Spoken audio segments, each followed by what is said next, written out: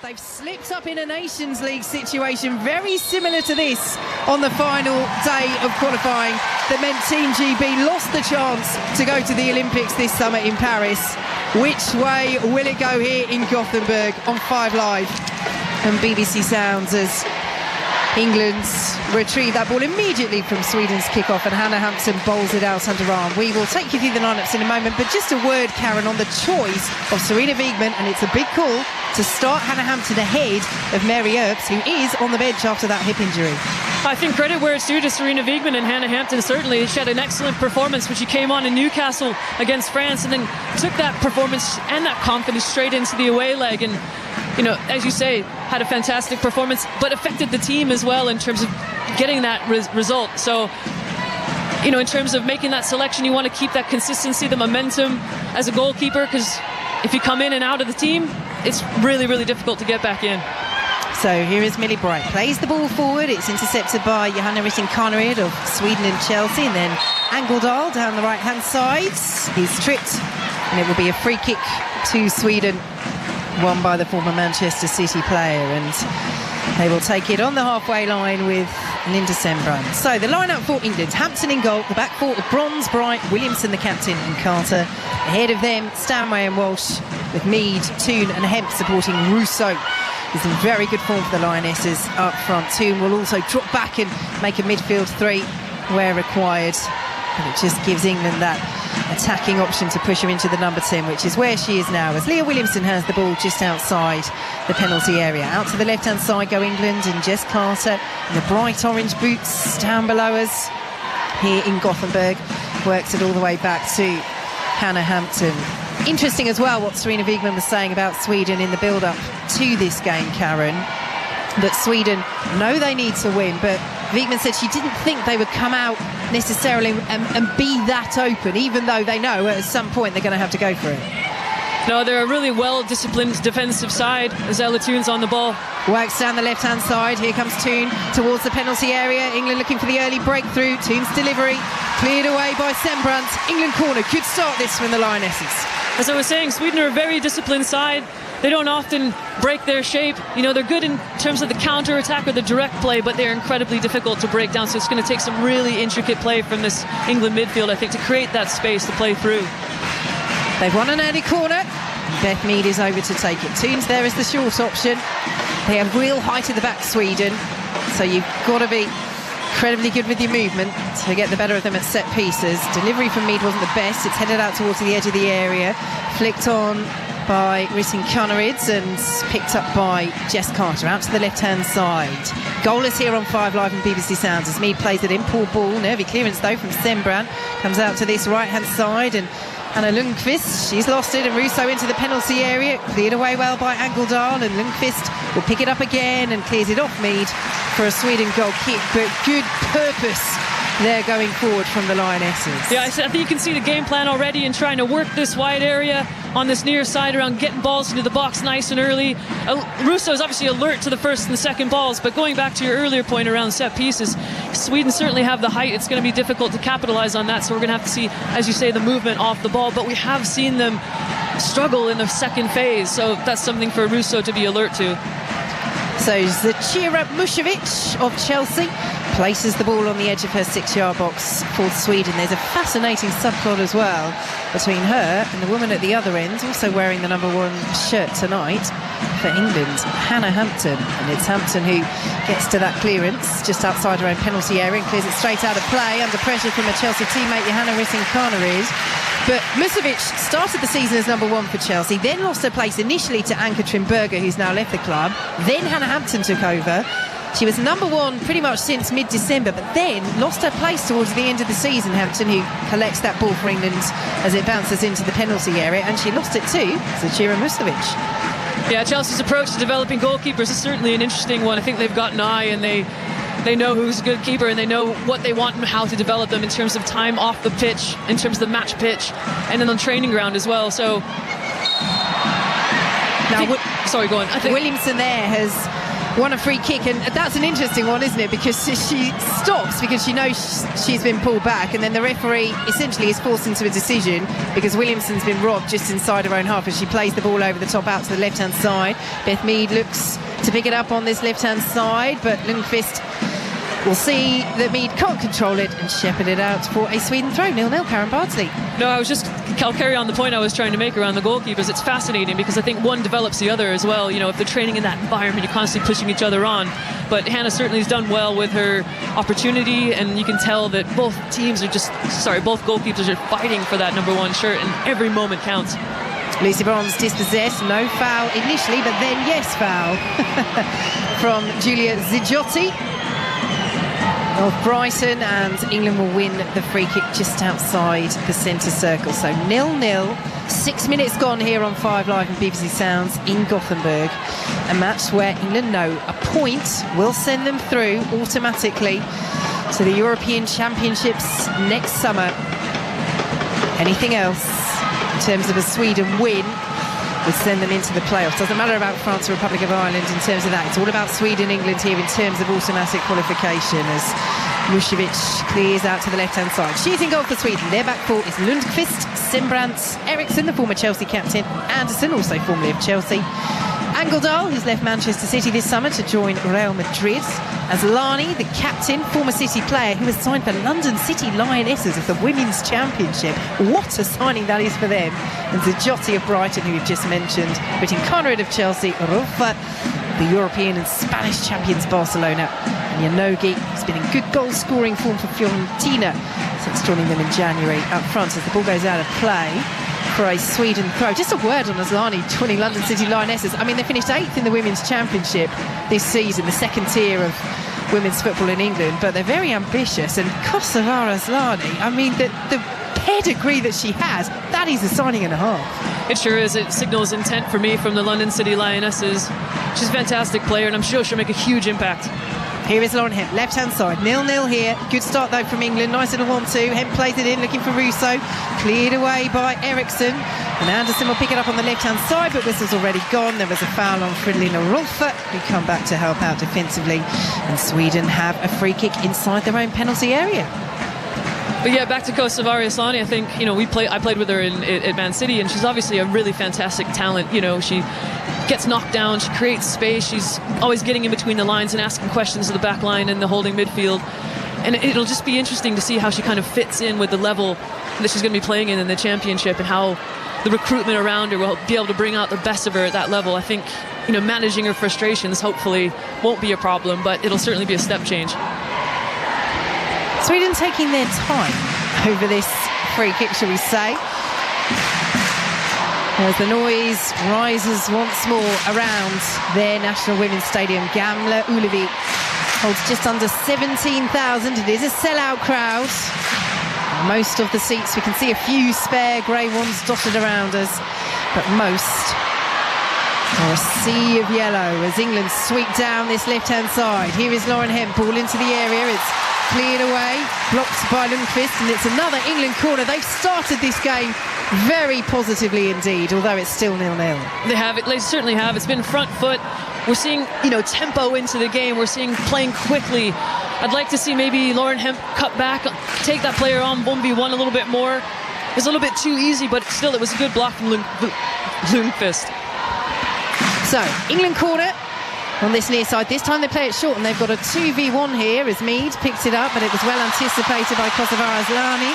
Jess Carter, though, anticipating well herself, reaches that ball just inside the Sweden half and sends it all the way back to Hannah Hampton outside her own penalty area. Sweden 0, England 0 here on 5 Live and BBC Sounds on the day that Gareth Southgate has left the role of England manager. We will have full reaction as we've been having throughout the day here on 5 Live, but do join us after this game here in Gothenburg for a special programme between 8 and 9 reflecting on the departure of Gareth Southgate. Correspondent John Murray will be leading that discussion with Maz, and it will be, of course, a look ahead as well to who might replace Gareth Southgate as England have the throw over on this far side with Lucy Bronze can download a special episode of the Football Daily as well. Gareth Southgate, what next for England? Just go to BBC Sounds, that's available now. Of course, the Football Daily reacting to this game as well. This huge qualifier for England's women will be available tomorrow morning as Ella Toone picks it up. Wales have taken the lead against Kosovo. They've already secured a playoff place, Wales, for the European Championships next summer, but looking to win that group. And a victory would be enough for them to do that. They're leading early on by a goal to nil. Winning the group or possibly finishing second would also help them in terms of seedings for the playoff stages, as England have the ball inside the centre circle. Leah Williamson sends it back to Hannah Hampton. A point here in Gothenburg is good enough for England to go through to the European Championship next summer, where they will of course be looking to defend that title and look to become the first senior England side, men's or women's, to retain a major trophy. As Jess Carter has it on the left hand side midway through the Sweden half. The field now to Kira Walsh. She's well pressured by Angeldal, and the ball is straight out of play from Walsh for a Sweden throw. Karen Barsley. Some fantastic triangles here from the Lionesses in terms of their combinations. Beth Mead is creating that space in the width, and Ella Toone's coming over to link up, and so is Kira Walsh. They're moving the ball with such speed and such tempo. We saw that, in the press conference, Serena Wiegman was asking them to kind of mix up the variations of passes more. It was too short, it was too predictable, and we're seeing that already. So Beth Mead winning this free kick over on this near side, right below our commentary position here on the gantry at Gamla Ullevi in Gothenburg, Sweden. Hemp is over as well. Mead, a clear option too, as Sweden playing in the all-yellow kit with the blue trim on the shorts. Have a two-player wall. It's Lundqvist and Ritin Karnerid. The wall being organised by Sweden's goalkeeper Zecira Mushevich of Chelsea. England in the white shirts, the dark shorts and the white socks, with Mead and Hemp over this. And the likes of Russo waiting in the area as Mead swings it in. Good delivery. It's cleared away by Stenbrand.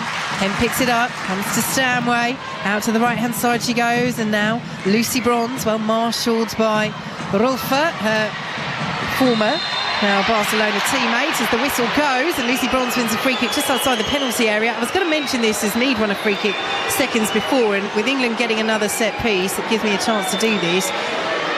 You've always got to assess, haven't you, how a referee is approaching a game, and the whistle from our Italian referee Maria Caputi has been used certainly quite a lot in these opening 12 minutes or so. It looks as though players might have to take that into account, because at the moment every potential foul is being blown up for.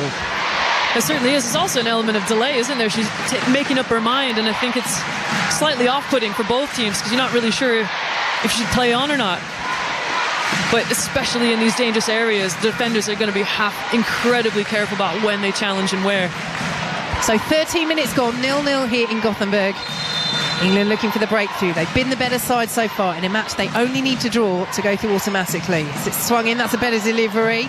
England can't quite make the most of it. Williamson eventually meets it, but it's offside, and it's cleared away by Sweden anyway, and they will have the free kick inside their own penalty area. But first time really that one of those set pieces, the delivery in, this time from England, did make contact with an England head. It was Russo, couldn't get the direction on it, and then Williamson in an offside position picking that ball up.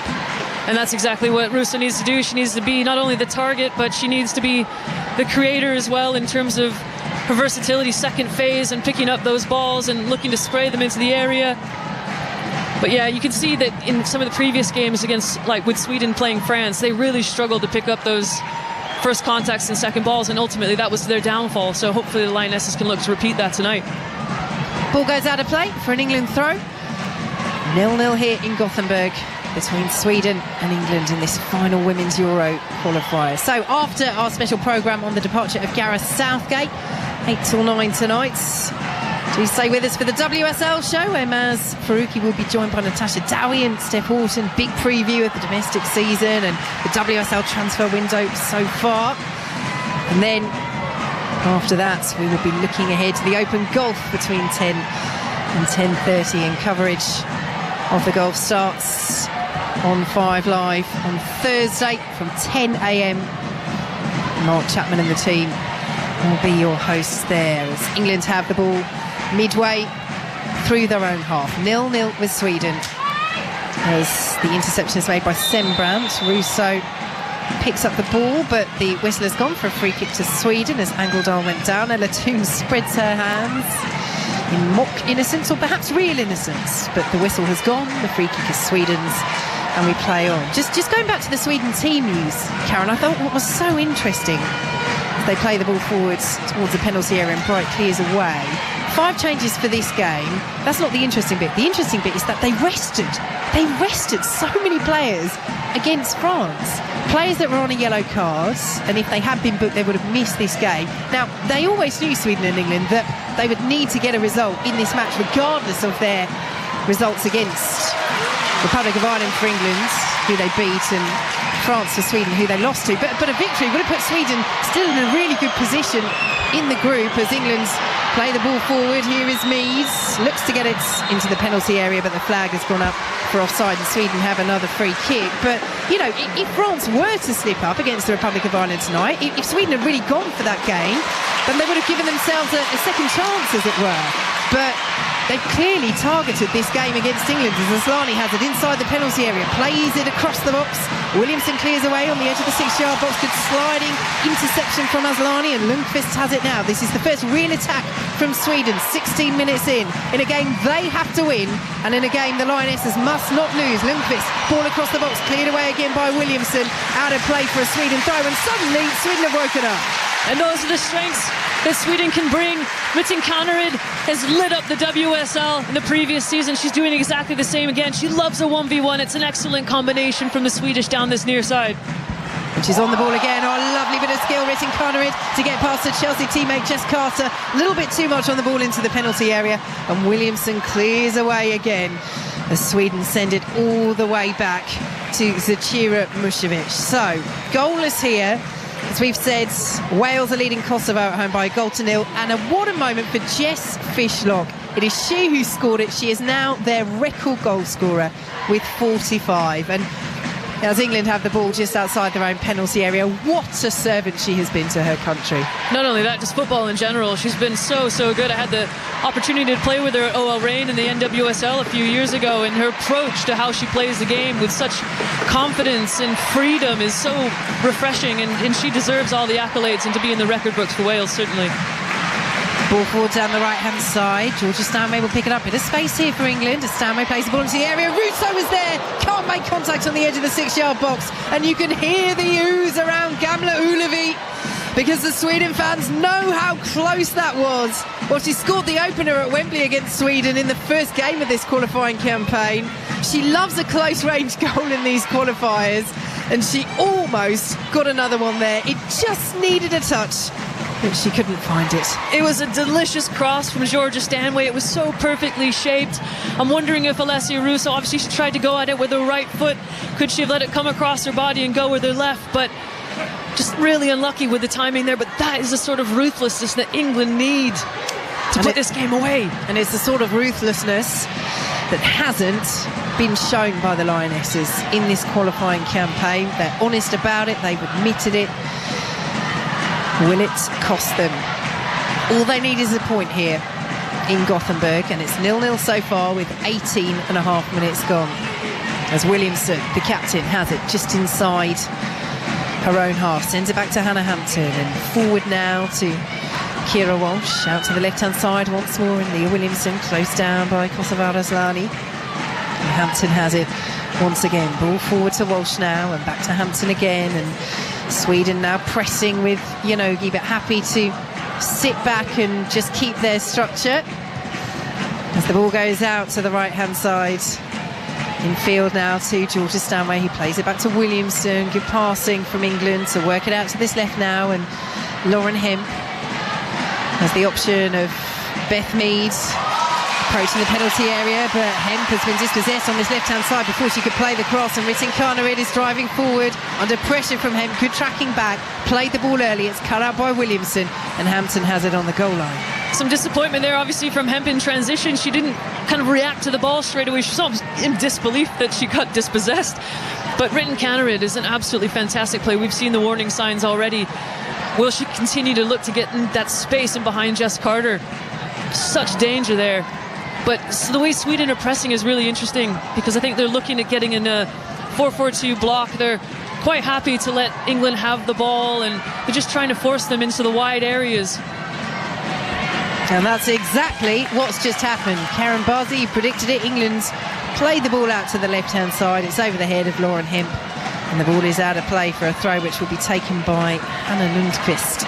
And I think this is one of the dilemmas that England are facing at the moment, is obviously everyone knows that England are going to want to build through Ciara Walsh in the midfield. You know, when does that extra pass in the build-up come to alongside Ciara Walsh to help, you know, in terms of creating the space or enticing a press? But it's something so far that they've been quite good at adapting to in this game, so let's hope it carries on. Throw to England on the halfway line. It's goalless here. 21 minutes gone in Gothenburg on 5 Live and BBC Sounds as Jess Carter prepares to take this throw. Sends it long, looking for Alessia Russo. Sembramp on the header, and then a little tug on the shirt of Russo. And the referee has given the free kick. So England with another set piece on the left-hand side. I was thinking as Russo tried to get past Sembramp there, she was losing her bobble, wasn't she? She's now having to retie that blonde ponytail. It's not what you want as a distraction, particularly when you're a player that uses your head as often as Alessia Russo. As England try and take the free kick quickly, our referee Maria Caputi is not happy with it, so the ball goes out of play. Sorry, the ball, I should say, goes back to the left-hand side to be retaken, and now she's got the spray out and she's doing the little arc as well, and Beth Mead is now deciding just to take a little bit of time as England have this free kick up against Sweden here in Gothenburg. It's goalless. Sweden, who England thumped 4-0 on the way to winning the Euros in the semi-final 2 years ago, but that really was an anomaly. If you're tuning into us tonight and remembering that game and thinking, oh, this should be straightforward, that was unexpected in terms of performance from Sweden, who was shocking. Everything went right for England. It's much tighter, as we expected, as Mead swings the ball in. It's cleared away by Jonna Andersson. Out to the right-hand side, picked up by Georgia Stanway. At the moment, England are the better side. Can they find the breakthrough? Bronze working it through to Stanway. Little ricochet, and Mušević had to tip that over. Well, the referee's saying goal kick. She's saying the ball went out of play before Mušević got there. England not too happy with that. Mušević was there right at the angle of post and bar. It's one of those ricochets that loops up and could go anywhere. Perhaps it just bounces off the woodwork. And Mušević, yes, indeed, does leave that. It's a good spot there from the referee. It looked as though she tipped it behind, but bounces right off the top of the woodwork as Sweden pick it up on the left-hand side. Zijotti will play the ball straight out of play.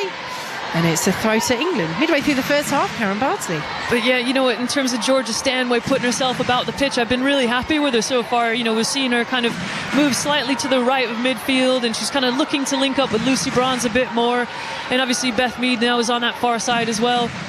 But the way she puts herself into tackles, you never know what's going to come out in terms of rebounds or opportunities on target. Hampton clears away, close down by Yanogi. Header is won by Zijotti. Good foot on it by Williamson.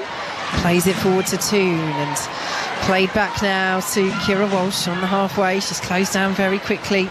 Again, as Karen mentioned earlier, those yellow shirts of Sweden know the danger when you allow Walsh to just start ticking like a metronome and dictating those passing moves and those attacking ploys of England's. Williamson now on the ball midway through the England half. 0-0. A point is good enough for England to go through automatically to the European Championships next summer. If Sweden win, they have to do, Sweden, if they want to go through, automatically England will go into the playoffs. Here is Lundqvist with this throw for Sweden just inside the England half. What have you made so far overall 24 minutes in of this England performance, Karen? You know what, I've been really pleased with what I've seen so far from the Lionesses. I think there's a bit more tempo, there's a bit more desire to get, not only get about the pitch, but really try to be effective with the way they're building and shifting Sweden's block with a purpose. Unfortunately, yeah, we've not seen them convert any of those opportunities into goals yet, but there's a lot about what I'm seeing so far that's trending in the right direction. Yeah, clearest one from Russo from close range. Couldn't connect as Rolfo won't keep that in. Missed control over on the far side. And then that ricochet off Georgia Stanway that bounced onto the top of the bar. Mushevich was there and I think would have tipped it over had it been creeping into the top corner. As England have the throw over on the far side. Still goalless elsewhere in this group between France and the Republic of Ireland. If France don't beat Ireland and England win, then England, who could fail to qualify automatically and finish third tonight, could also win the group. Serena Wiegmann was at pains to point out repeatedly in her press conference yesterday, so much is on the line here for the Lionesses. But first and foremost, they want to secure automatically their progression to the tournament in Switzerland next summer, where they will compete, if they get there, as defending European champions. And the point will do that tonight on 5 Live and BBC Sounds as Angeldal sends the ball out to the left-hand side and Johanna Anderson, well pressured by Mead, so Anderson goes back to Eriksson, clears over the halfway line, it's over the head of Janogy. And Hannah Hampton comes out. How much are Sweden missing the injured Arsenal striker Stina Blackstenius here? Yeah, I think they are missing her a little bit, but to be fair to Madeline Janogy, I think she's done it well in terms of getting herself about, but she's probably not as experienced at this level as obviously Blackstenius is in terms of manipulating the centre backs, always asking questions, always on the move, making it difficult for Millie Bright and Leah Williamson. So centre backs look really comfortable for me. Here is him. There's 2 yellow shirts with her in Lundqvist and Christine Carnerid, so she goes back to Carter. And now Williamson, as England push forwards once again as Stanway pulls it back to Carter, midway through the Sweden half. Left-hand side, we've had our first Mexican wave ripple around the Gamla Ullevi here in Gothenburg. But it's England who are riding a crest of the wave at the moment in terms of possession, in terms of territory. Can they find the breakthrough?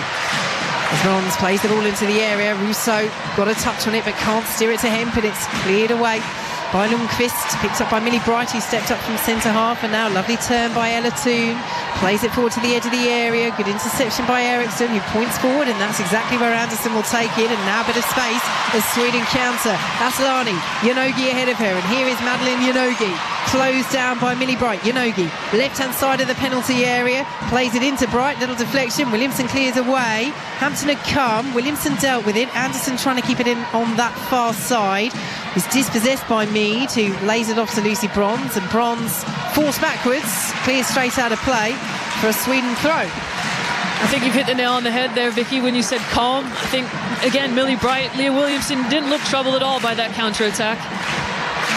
Here comes Sweden. Outside the penalty area, little ricochet, almost took it into the box off Kira Walsh, but she does recover.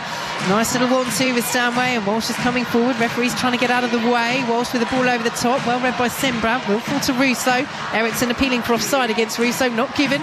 And England have it out on this left-hand side. Goalless on 5 Live and BBC Sounds. In a match where England only need a point to go through automatically to the Euros next summer. As Zijotti is penalised, Stanway is down, and England have a free kick midway through the Sweden half, 0-0.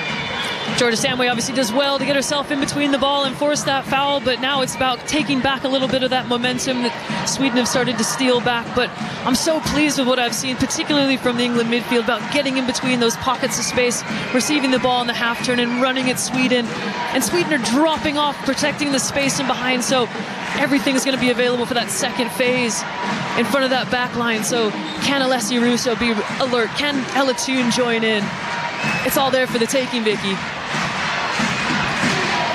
Here is Lauren Hemp then standing over this set piece with Beth Mead. Central position as Mead plays it in, right-footed. It's cleared away by Sweden, helped on by Angeldal. Stanway will collect for England and play it all the way back to Jess Carter. It can be a cliche. It is sometimes more apt than others, and tonight here in Gothenburg it feels apt indeed. The first goal, if we get one, because England would take 0-0, it would see them through, but if there is to be a goal, the first goal feels like it will be so crucial in terms of this game and in terms of the pressure that will suddenly come to bear on the side that concedes it. I suppose it's a cliche for a reason. There's an element of truth in it, but you're right, it'll certainly spark a response from both sides. Let's just hope maybe it's England that score first. Now to the right-hand side goes Millie Bright. At the moment they're in control, and they have at the moment, points that will be enough as Toon sends it through to Russo, plays it back to Mead. Nice passing moves from England, very central, as Carter now works it out to this left-hand side, and Lauren Hemp plays it in field to Alessia Russo, dinks it back to Jess Carter. Again, England dominating possession. Can they fashion a couple more clear-cut chances? They've had one with Russo, who couldn't latch onto the ball on the edge of the 6-yard box. Ricocheted, blocked from Stanway, bounced at the top of the bar with Misovic right there to save. You would think, had it been on target as it bobbled up, as Carter plays it down the left-hand side. Hemp whips the ball into the edge of the area. It evades Mead and won't reach Toon either. And Fridolina Rolfo will pick it up, plays it back to Magdalena Eriksson, and clears the ball straight out of play and looks to the heavens, the cloudy skies here in Gothenburg, as that ball goes straight out of play for an England throw. Again, England enjoying the majority of possession of this game so far, but what we've seen from Sweden is obviously they're a team of moments. We've heard that a lot over the course of the last few weeks with the men's Euros as well, but it's so crucial in terms of the way they build up. They're very patient in their attack, and then they'll play on the counter, they'll add that directness, but England have been phenomenal so far in my opinion. And they're coming down the right-hand side, picked up by Lucy Bronze, blocked on the edge of the area, picked up once more though by Russo, steers it to Carter, who does well to keep possession, but eventually she's dispossessed, and now Ritten Kaneryd will bring it down this right-hand side for Sweden. Forced backwards though to Lundqvist, who then clears it into the head of Hemp. It's a bit of a high boot there from Lundqvist, but referee happy to let it go, and then that's really good play from Lundqvist, the Swedish right back. Just gets a body in between the ball and Hemp. Sweden have given it away though, out to the left-hand side. Come England now, and Kira Walsh just slows the play down, and Williamson will send it all the way back to Hannah Hampton. It's goalless here. Wales are now 2-0 up against Kosovo. A victory will see them win that group in League B. They've already secured a playoff place, but winning the group would mean that they're one of the seeds for the first round of playoffs as well. So good night, it looks like, being for Wales. That game also kicking off at 6 o'clock. It's goalless between Scotland and Serbia, and as well between Northern Ireland and Bosnia and Herzegovina. Northern Ireland looking to see out second place in their group, Scotland hoping to win that group and again help themselves with the seedings for the playoffs, as Beth Mead picks up the ball on the right-hand side. She's marshalled by Jonna Andersson. It's goalless here on 5 Live and BBC Sounds.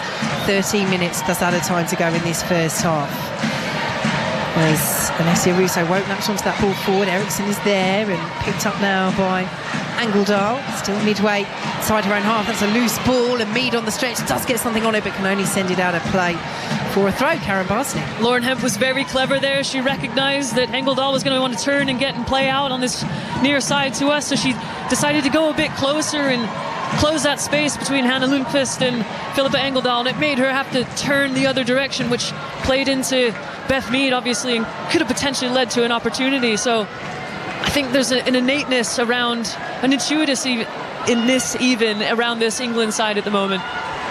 Here is Hannah Hampton, just outside her own penalty area, clears over the halfway line, bounces off the back of Ella Toon, and Lauren Hemp shovels it forward looking for Alessia Russo, but Eriksson is there and plays it all the way back to Zecira Mušević. So at the conclusion of this game here in Gothenburg, we will have a special hour-long programme where Maz Faruqi will be joined by John Murray and others, reflecting on today's huge news, the departure of Gareth Southgate, reflecting on his time in the job and who will be the next England men's manager.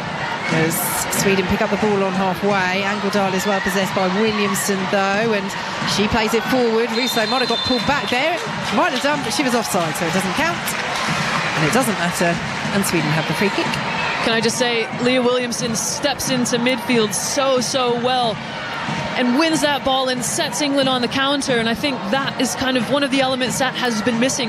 Don't get me wrong, Alex Greenwood has been done phenomenally well in Leah Williams' absence, but that is what Leah Williamson brings, and that's what the Lionesses have been missing in terms of her ability to connect to the structure and create opportunities out of nothing. So free kick to Sweden, just outside their own penalty area. Are you surprised that they haven't been a little bit more attacking, or is it more credit to England that they just haven't really let Sweden get the ball? Oh, that's a good question, Vicky. I think, like I said earlier with Sweden, they choose their moments. They're very deliberate about when they choose to go forward. And you can see they're not really that bothered about wasting their energy chasing and pressing. They're quite happy to concede possession to England and let them essentially play on the counter. England just need a point. Sweden have to win in terms of automatic qualification. Here is Toon, edge of the penalty area for England. Try to find Russo once again. A little bit nervy there as Anderson on the stretch gets the interception. Bounces into the hands of Mušović. Hemp was appealing for a back pass there. I think that was hopeful rather than anything else. Anderson not really in control of that ball, and Mušović gathering allowed to happen by the referee as the ball goes straight out of play for an England throw. So, with France still drawing at the moment with the Republic of Ireland in the other game in this group, they've already qualified, but they're heading through as group leaders. England will go through in second, and Sweden and the Republic of Ireland, as we already know, will go into the playoffs. So that means that England finish second. They would be in pot 2 for the Euros next summer.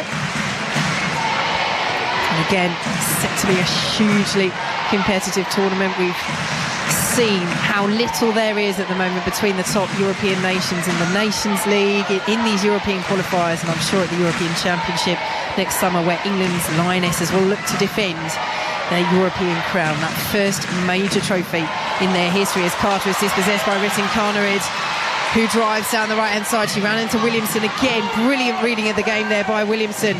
Then she feeds Stanway, and Stanway is now driving towards the Sweden penalty area, goes from distance, and Mušović had it covered. Good effort from Stanway. We've seen her score some crackers most recently in this qualifying campaign against France just 2 games ago. Caught it quite well. And did Mušović get something on that there? Well, nobody really appealed for the corner, but either way, Stanway can't find the bottom corner, and it's still 0-0. That's what I love about Georgia Stanway. She picks up the ball and drives into the areas, and she recognises that the defence isn't actually going to step to her, so why not unleash the rocket that we're used to seeing from her? Wasn't quite the same thing, but looked to me like Mušović had to make that save, so I'm quite surprised that there wasn't a corner there. Sweden in possession, midway through their own half. 8 minutes plus added time to go in this first half here on 5 Live and BBC Sounds. As Sweden pick it up on the right-hand side with Lundqvist. Oh, lovely touch to take her away from Lauren Hemp. They're playing with some confidence, Sweden, but at the moment it's mostly in their own half. In a game they have to win. England just need a point as Aslani sends it out to the right-hand side. Good clearance away by Carter. Flick forward by Walsh. Hemp won't reach it. Russo will.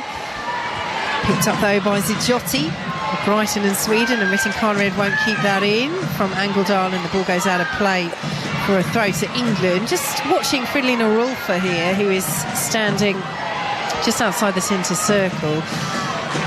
She was such a thorn in England's side at Wembley in April, scored the equaliser. She's had a brilliant season with Barcelona as they won that historic quadruple, including the Spanish title and the Women's Champions League. But so far, Sweden have really struggled to get her into the game as England pick up the ball in the centre circle.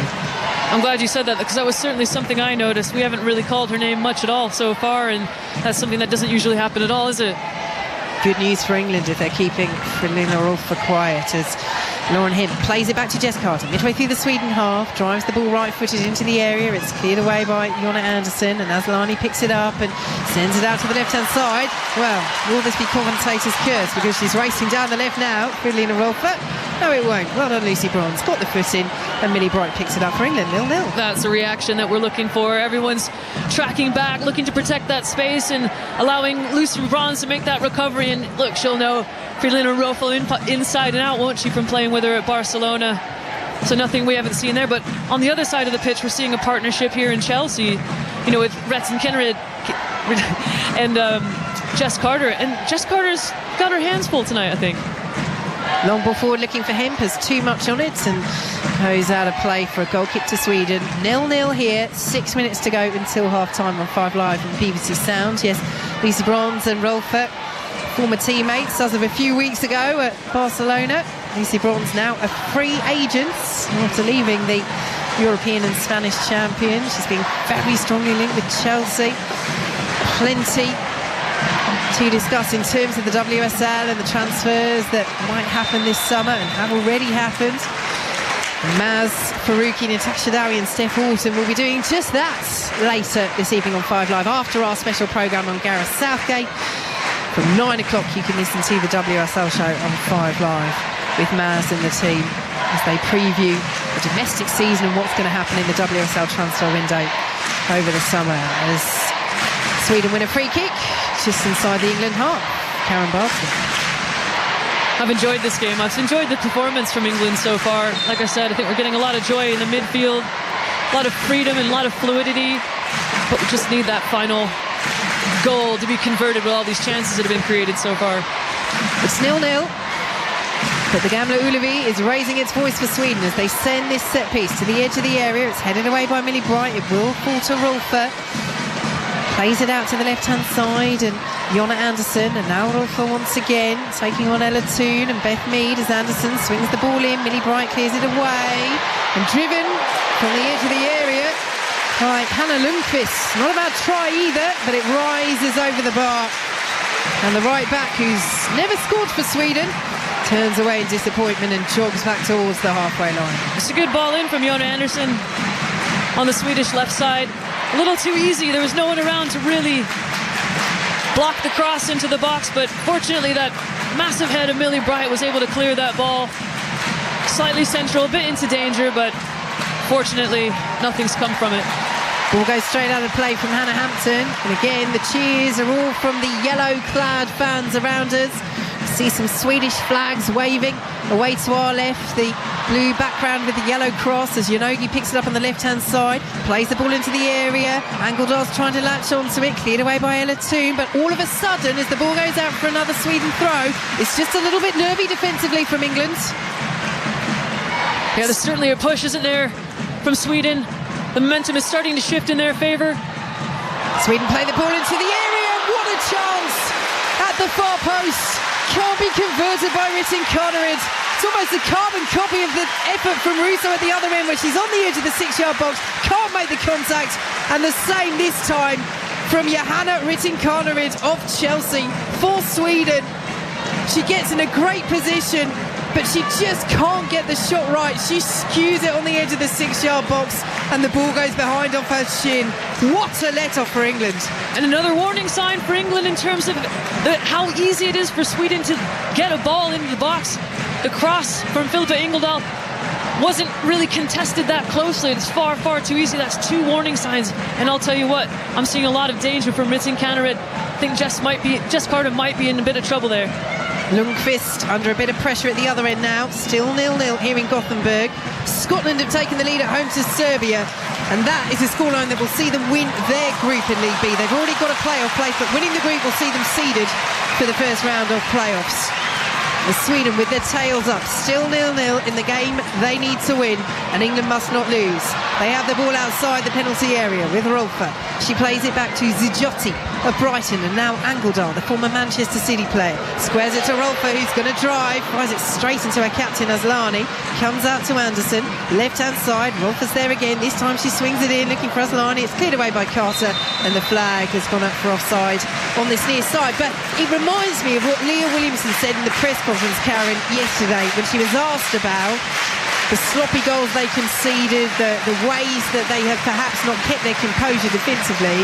And she said, look, when you have the number of chances that we have had in this qualifying campaign, and you don't get that second goal, and you don't capitalise, then nerves and pressure start creeping in. It's not a lack of concentration, it's not a lack of effort, but it's knowing that at the other end we've not managed to either get the breakthrough or get a bit of a breathing space, and then suddenly she admitted, it is creeping into their minds, and I think we're starting to see that a little bit, although that's a good clearance away from Millie Bright, clears it off Yonogi, and it's an England throw. I think one point we can take away from that is the fact that perhaps they're more aware of what it takes to manage those situations, so rather than trying to play out under immense pressure, you might have to just take one on the chin and play a bit of ugly football to kind of just make sure you gain some territory back and start to try and play in the Swedish half. Good finish to this half from Sweden. It's still goalless, but here goes Rytting Kaneryd, right-hand side of the penalty area. Rytting Kaneryd waiting for options to arrive. Lundqvist is there, tried to squeeze it back to Angeldal, and England deal with it. Carter clears away, loose touch from Russo. She's dispossessed by Zijotti. Angeldal picks it up, right-hand side of the penalty area, plays the ball in, couple of ricochets, cleared away by Hemp, but England are pinned back here. The white shirts all camped around and inside their own penalty area as Carter wins the ball down by the corner flag. Plays it off Lundqvist. That's calm defending. England throw deep in their own territory. 0-0. Seconds to go until half-time. And again, we saw the way they're taking their time, Sweden, in terms of recognising when to really squeeze the game. And it feels as though the last 5 minutes was something quite strategic for the Swedes in terms of throwing numbers forward. Well, there is the half-time whistle here in Gothenburg. England are 45 minutes away from the Euros next summer. All they need is a point. Overall, it's very much been their half. It's 0-0 at the break, but Karen Bardsley, just a little bit of a warning there as we ended that half, that Sweden, they know what they have to do, and they've got the quality to step it up in an attacking sense against England. They certainly do. I think from my perspective, Rytting Kaneryd has really been a handful for Jess Carter down this near side. Jess Carter looks really uncomfortable and at times in possession, maybe slightly hesitant in her decision making, and I think Rytting Kaneryd knows that. She'll know her so well from that partnership at Chelsea, against training against each other every single day. And I'm just concerned that England really need to just capitalise on this break in momentum and regroup and just address any sort of issues that are forming at halftime. Half the job done in Gothenburg at half-time. It's Sweden 0, England 0. Vicky, thank you very much. Yes, Vicky says at the moment England still in second place then in their group and on course to book their place in Switzerland next year at the Euros in 2025. Karen, just before we let you go and get a half-time tea, just, you know, before kick-off, our big focus really was on the fact that Hannah Hampton had been picked in goal by Serena Wiegman. But apart from that kind of little late chance there from Rytting Kaneryd, she's not had an awful lot to do, which will be pleasing, I guess, for Wiegman. No, she hasn't. She hasn't had much to do at all in terms of, her shot stopping, but her presence in the game has still been felt, in terms of her high support position, how she's engaging with the back line and helping them squeeze forward. So in terms of any threat over the top, it's clear that she's there. She's going to come and sweep anything up. So I've been impressed with that. She looks very, very confident. And I think, on reflection, it certainly was a good decision from Serena Wiegman. And from Serena Wiegman, in terms of what she'll be saying in a half-time team talk right now, it'll be, I guess, more of the same, but better finishing product perhaps in front of goal, and always keeping an eye on the fact that the Sweden, as we've seen in that first half, can be so dangerous sometimes on the counter. Yeah, I think, she'll be saying, look, when we're going forward, can we continue to keep the ball speed up? Can we continue to look to play forward? There have been times when maybe the opportunity, whether it be Alessia Russo looking to stretch the pitch, hasn't necessarily been there, or on the right side in terms of, in the channel. But for me, it's just continue to be brave, continue to receive the ball on the back foot, turn, drive forward, because the spaces will appear. So I think there's a lot of positives to take away from that first half. It's just like, can we really be more clinical in front of goal? Karen, Vicky, thanks for the time being. Karen Bardsley, Vicky Sparks, 0-0 then between Sweden and England's women at half-time at the Gamla Ullevi Stadium. A result which, if it stays as it is, and then we've still got 45 minutes to play, of course, then England will book their place in Switzerland next year at Euro 2025. So we're going to cover what's happening with the other home nations as well. We're going to touch on that big news as well involving Gareth Southgate, of course, and the England's men's team shortly. But let's just pause here now on 5 Live and get the latest news with Alison Hughes. This is BBC Radio 5 Live. Listen on BBC Sounds. And as Maz was just saying, the search is on for a new manager for England's men's football team after Gareth Southgate announced he was stepping down after 8 years in the job. He's been widely credited with revitalising the national side, though he didn't win a major trophy. Greg Dyke was chairman of the FA between 2013 and 2016. I think we should all say thank you for what he's achieved. I think even if we'd won, he probably would have gone. He was bound to. He's done it for a long time. But if you look at the success he's had, I mean, we haven't won any tournaments, but we've been in the semi-final of the World Cup and 2 Euro finals. That's significantly better than anything we'd done for the previous 20, 30 years. The First Minister of Wales, Vaughan Gething, has resigned just hours after 4 of his ministers stood down, demanding that he followed suit.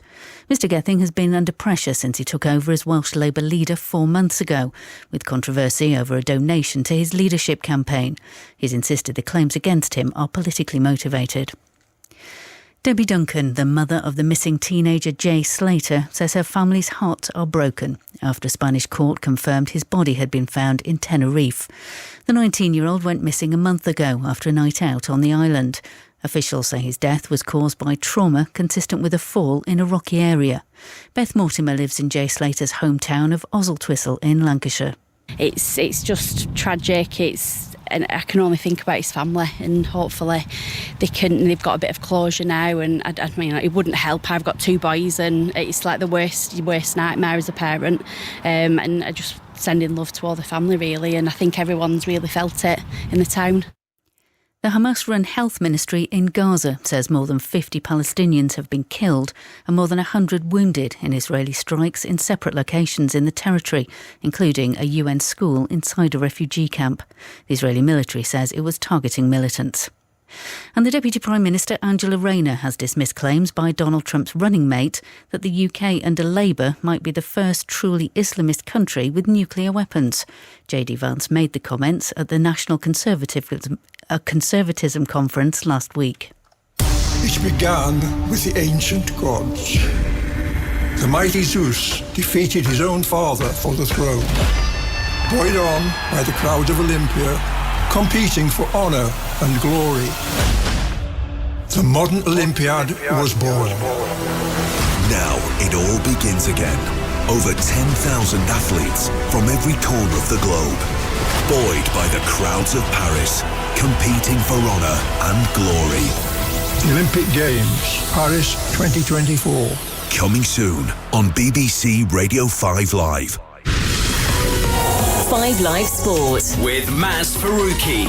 Thank you for your company this Tuesday on 5 Live Sport. At halftime then in Gothenburg in this final group game in qualifying. It is Sweden 0, England's women 0. So as it stands, England would qualify for Euro 2025. They would finish up as runners-up in this group behind France, who are currently drawing 0-0 with the Republic of Ireland. Other home nations in action. Northern Ireland are drawing 0-0 at halftime with Bosnia and Herzegovina. Scotland with a 1-0 lead over Serbia. Wales with a 2-0 lead over Kosovo. Jess Fishlock scoring the first goal in that match to become Wales' all-time leading goal scorer with 45 goals now for her country. All of those sides in Republic of Ireland already guaranteed a spot in the playoffs to try and get sort of through the Route B, if you like, to the Euros next year. But at the moment, England 45 minutes away, the holders from booking their place in Switzerland next year. Let's just touch, though, on the really big headline today involving England men's side, of course. Gareth Southgate deciding to stand down, to resign as the England manager after defeats in 2 consecutive European Championship finals. England, of course, losing 2-1 to Spain in Berlin on Sunday night, having been beaten 3 years ago at Wembley on penalties by Italy. So it was 102 games across 8 years in charge for Gareth Southgate, whose current deal was set to expire in December anyway before he chose to step down earlier today. Let's bring in our senior football reporter, Ian Dennis. Ian, not a surprise then, do you think, for many that Gareth Southgate has made this decision today? Good evening, Maz. Yeah, not a surprise in the slightest. I said live on 5 Live on Sunday night that I felt that game in Berlin would be his last, regardless of the result, but the FA would leave it to him. But he's always said he'd never outstay his welcome for a job that he's described as the biggest privilege of his life. He's 8 years in charge. I think he'll be remembered as the manager who changed the whole environment around the England national side, the expectation levels. He's reunited a country with the national team. And whilst ultimately he fell short in delivering success, he still led England to back-to-back European finals, a World Cup semi-final, breaking down barriers when it came to knockout football. And I think his legacy is one that he can reflect with an enormous sense of pride. Well, Ian is alongside 5 Live's Aaron Paul, football journalist Henry Winter and the former England under-21 international Nigel Reo-Coker. They are on an emergency episode of the Football Daily podcast today, which you can download right now on BBC Sounds, in which they discuss what's next for England, who can follow Gareth Southgate into that England managerial role. And Nigel Reo-Coker is clear on the scale of the decision facing the FA. this is probably the biggest decision the FA would have to make since 1966. This is it. And how I look at it is, overall, we've not been as talented as we see now with the amount of players and ability that we have. And obviously, me living outside of England, I can give my input into it from how we are seen prospectively. And for English coaches, there seems to be this negativity that we're too conservative. I think right now there's some absolute fantastic candidates there who understand the English culture. So it's not now we're just going for managers who haven't worked in England and understand the footballing culture, the fans and what it means in the national team. We're in the best place right now when you bring up the names like Pochettino and you talk about Jurgen Klopp and you talk about Thomas Tuchel. These guys came in there and they embodied what it means to play football in England and to be an English football manager, and they understand the players. So this is the most perfect time if we do go down that foreign route, that I don't think fans, journalists and ex-players could be unhappy about it and say it might stifle English managers coming through. I still feel that at times as English managers, we do get in our own way with the being so conservative and so worried and not being out there to say, we're going to be innovative, we're going to go out there, we're going to be aggressive. And also that comes with how English managers handle the press. If you're brave enough to go out there to say, we're playing on the front foot, we want to win, I think there's some great names there. But when you talk about, for me, when you look at it domestic, I know Graham Potter's the front runner right now. I would have to probably say I'll put Eddie Howe ahead of Graham Potter because of what he's done at Newcastle and the big name players that he's had to deal with.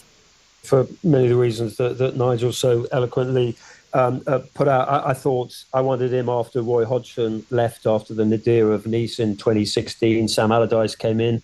I mean, raised eyebrows more than sort of raised glasses at that appointment. And then Gareth came in, settled it down, all that transformation work. What I'd like to see, I take Nigel's point about they must look sort of more broadly. But I do think it's important that we send a message, and the Football Association, which is the national body for English players, English coaching, and this is not a sort of little Englander thing. I mean, you know, I covered all the Sven-Göran Eriksson era. I covered all the Fabio Capello. Fabio Capello in 2010 in South Africa. I mean, that was just that was a car crash. He just didn't get the sort of the culture. He didn't understand the English players, even though England qualified well for that. So I do want an Englishman to be given a chance. It completely echo what Nigel says about Eddie Howe. I think he's got the personality. I think he's got, as you say, the experience of working with players. He's passionate about England, about the team doing well, as echoing Southgate. But what I would do is I would put an Ashley Cole in with him, because I do think you need that England dressing room experience to actually go in there. Ian, plenty of names mentioned there, and interesting as well that the FA were quick to say today that they would consider appointing a foreign manager. Well, yeah, I mean, it will be. I mean, the podcast was interesting in what avenue you want to go down. Do you want to go down the avenue of the stardust and a glittering name, or do you want to do? I mean, essentially, Gareth Southgate was an interim appointment. Do you want to do that? Do you want to go with somebody who's had success at youth level and copy the Spanish way of doing it with Luis de la Fuente? And that would then mean Steve Cooper, who did well with the under-17s, winning the World Cup in 2017. Or do you go with Lee Carsley, who won the Euros last year with the under-21s? And incidentally, Maz, you know, the FA have said that the process is underway, and we have an interim solution in place if needed. That would be Lee Carsley, I'm pretty sure of it, because England's next game is the 7th of September. It's a Nations League match away to the Republic of Ireland.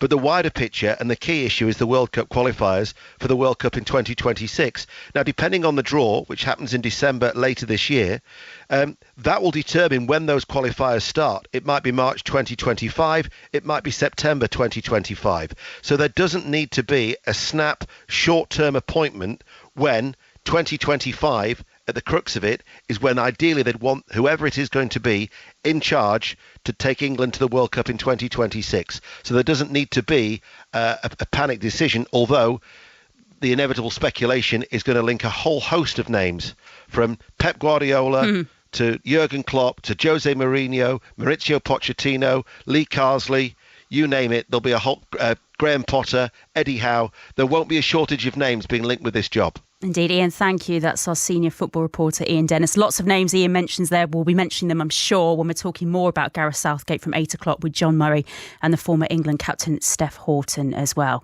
Well, on Thursday, of course, the 152nd Open starts, and part of our team there will be James Gregg at Royal Troon, who's joining us live now. James, thanks for your time. Just talk to us then about what we've heard from, or who we've heard from today, because obviously the big focus for a lot of us has been Rory McIlroy when we think back to his disastrous, really, final few holes at the US Open a month or so ago.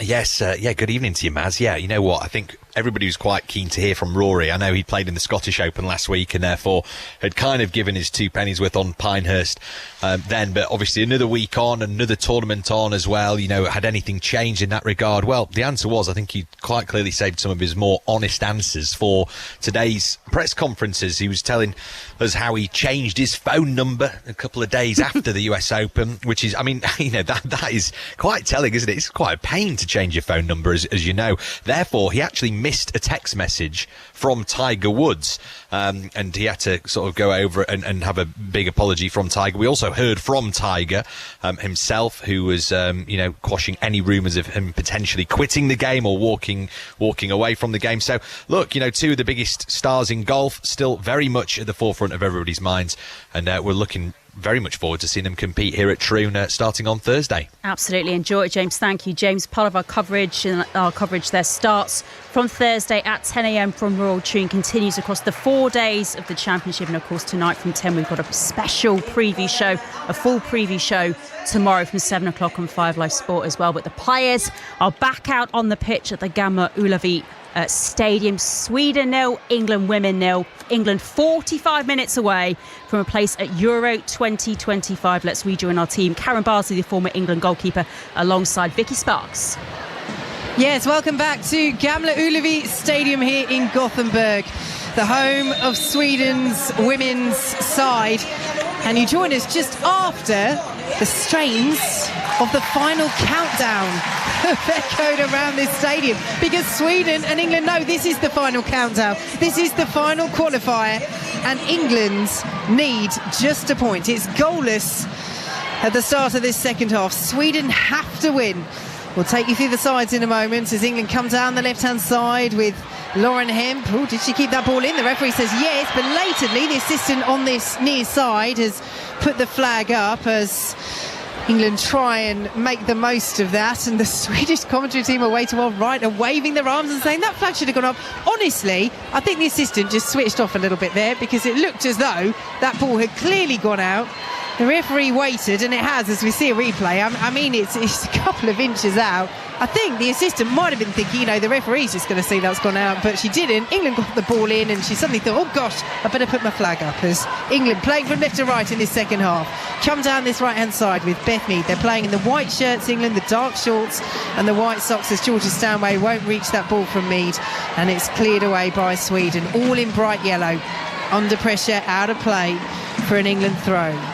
Karen Bardsley, other than the obvious make sure they qualify either with a point or a win, what do England need to do in this second half to make sure that happens? As Beth Mead pulls the ball into the penalty area, Ella Toon is dispossessed. She might just latch onto it, gets to it on the edge of the box, tries to feed Carter. Carter under pressure from Aslani, does well, good strength from the England defender as Walsh sends it out to this right hand side, and Beth Mead exchanges passes with Georgia Stanway, infield to Walsh, forward to Toon now. Nicely works by England down this right hand side as Mead plays it forward once more. Toon has it taken off her toes, but Stanway gets the foot in. Mead once more out to the right hand side, and Toon and Bronze getting involved, but it breaks down for England, and the ball will be played forward now by Sweden, cleared away by Leah Williamson towards Lauren Hemp out to that left hand side, pulls the ball into the area, and it's cleared away by Linda Sembrant, and Angeldal will pick it up and work it out to the right hand side. Aslani gets the foot in and keeps possession for Sweden as Angeldal tries to keep it in on that near side. She does so, but she can't find a teammate, and the ball is all the way back with Hannah Hampton. Karen Barsley. I suppose I'll answer your question now, Vicky, but we're getting into spaces in terms of Ella Toon, looking to create these little side triangles with Beth Mead and Lucy Bronze, but she's not really looking to play forward and turn. She's just kind of looking to set, and I think that's what we need to change in terms of England's approach. Receive on the back foot, get your body position right, keep scanning and check, and go and attack those central areas, go and attack the goal, bring other players into play, get in the box. We just don't have enough numbers in the box at the minute. Speaking of a change, Sweden have made one at half-time. Evelyn EJ has come on for Madeline Yanogi. So EJ, who only made her debut in the last match against France, 22 years old, plays for AC Milan, joined them permanently this summer. He's up front. We'll take you through the full lineups in a moment. No changes for the Lionesses, but Yonogi was very quiet in the first half, and EJ is looking to change things in a game that Sweden have to win. They're without Arsenal's top scorer Stina Blackstenius through injury. That's a real blow for them. And they're trying to solve that problem. First Yonogi in the first half, and now EJ in the second half as Alatoon brings the ball forward. Sweden get the foot in, and Rolfö has it midway through the Sweden half. Played forward by Zagiotti, and now Aslani is pushing forward a little bit more in the second half, and here she goes. Kosovar Aslani, the Sweden captain, out to the right-hand side, neck and neck with Walsh, who gets the block. It's a Sweden corner. Kira Walsh done phenomenally well there to track that run. She's done so well to cut off the angle, to nullify any sort of threat to that near post space. And you can see Millie Bright absolutely busting a gut to frame the goal in that near post, just in case she does manage to squeeze the ball in. But good structure defensively, good recovery from Kira Walsh. Expectation growing inside Gamla Ullevi in Gothenburg, here on 5 Live on BBC Sounds, and it's the expectation from the Swedish fans. There's one fan there who's got a huge inflatable banana that he's waving behind the goal. He's pointing it towards the goal. He's saying that's where the ball needs to go, because Sweden have to win this game. England just need a point. Jonna Andersson swings it in, right-footed, it's high, it's towards Sembrand. England struggling to clear it, Sweden keeping it alive. Here's Angeldal, brings it down, great save Hampton, brilliant reactions, and then England win the free kick with Beth Mead right on the goal line. But that is the first time that Hampton, who was preferred to Mary Earps, who is on the bench for England this evening, has been called into action. And my well, didn't she deal with that well, Karen Bardsley? She did. She dealt with it very well to manage to get two hands behind the ball and parry it into a safe area. But what I find more concerning is the fact that Philippa Angeldal had that much time to take another touch, shift the ball, and create an opening for a shot at the edge of the area. That is something that needs to be addressed. Well, they've struggled to create clear chances, Sweden, but we have to say again that nervousness is there in the England back line as Sweden have it just inside their own half. And we know that set pieces have been a weakness for the Lionesses of late, as Jonna Andersson up against Lucy Bronze won't keep that in, and England have a throw deep in their own territory. Good night elsewhere for the other home nations. Scotland leading Serbia by a goal to nil. Wales are 2-0 up in their match as well. Both of those results, if they stay the same, would see Scotland and Wales win their groups. Wales leading by 2 goals to nil against Kosovo, and Northern Ireland have just taken the lead against Bosnia and Herzegovina. Northern Ireland looking to secure second place in their group. All three, the other home nations, are already through to the playoffs for the European Championships. That's what England is trying to avoid. Worst, it will be a playoff for the defending European champions, but they want to go through automatically. They need to finish in the top 2 to do that. As it stands at the moment, they are doing that as Georgia Stanway wins a free kick on this near side. Starting to see a bit more of an aggressive approach from Sweden in terms of their attacking as well. They're the way they're looking to press any sort of backwards pass from England. It certainly signals their approach to the second half, I think, in terms of what we're going to see. They know Sweden. They know they have to win. England know a draw is good enough, but they were clear, as you would expect. Wiegman and Williamson in the press conference before this game, they wouldn't play for that, and they haven't done so. They're looking for the breakthrough here as Mead swings his free kick in, right-footed, brilliant delivery, bump to the header, straight into the arms of Mušović.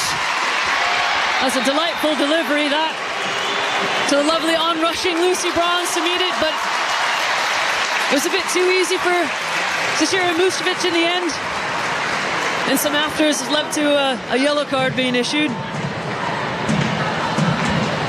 Yes, Alessia Russo going into the book for delaying that restart as Sweden look to get the ball away quickly. She's just blocking off Mušović as she looks to release the ball, but what a delicious delivery it was from the player of the tournament and the Golden Boot winner at the Euros 2 years ago, Beth Mead. Such a great ball in. She's so good at those teasing crosses, and I think we need to see more of that, to be honest. But like I said earlier, I think we need more numbers in the area.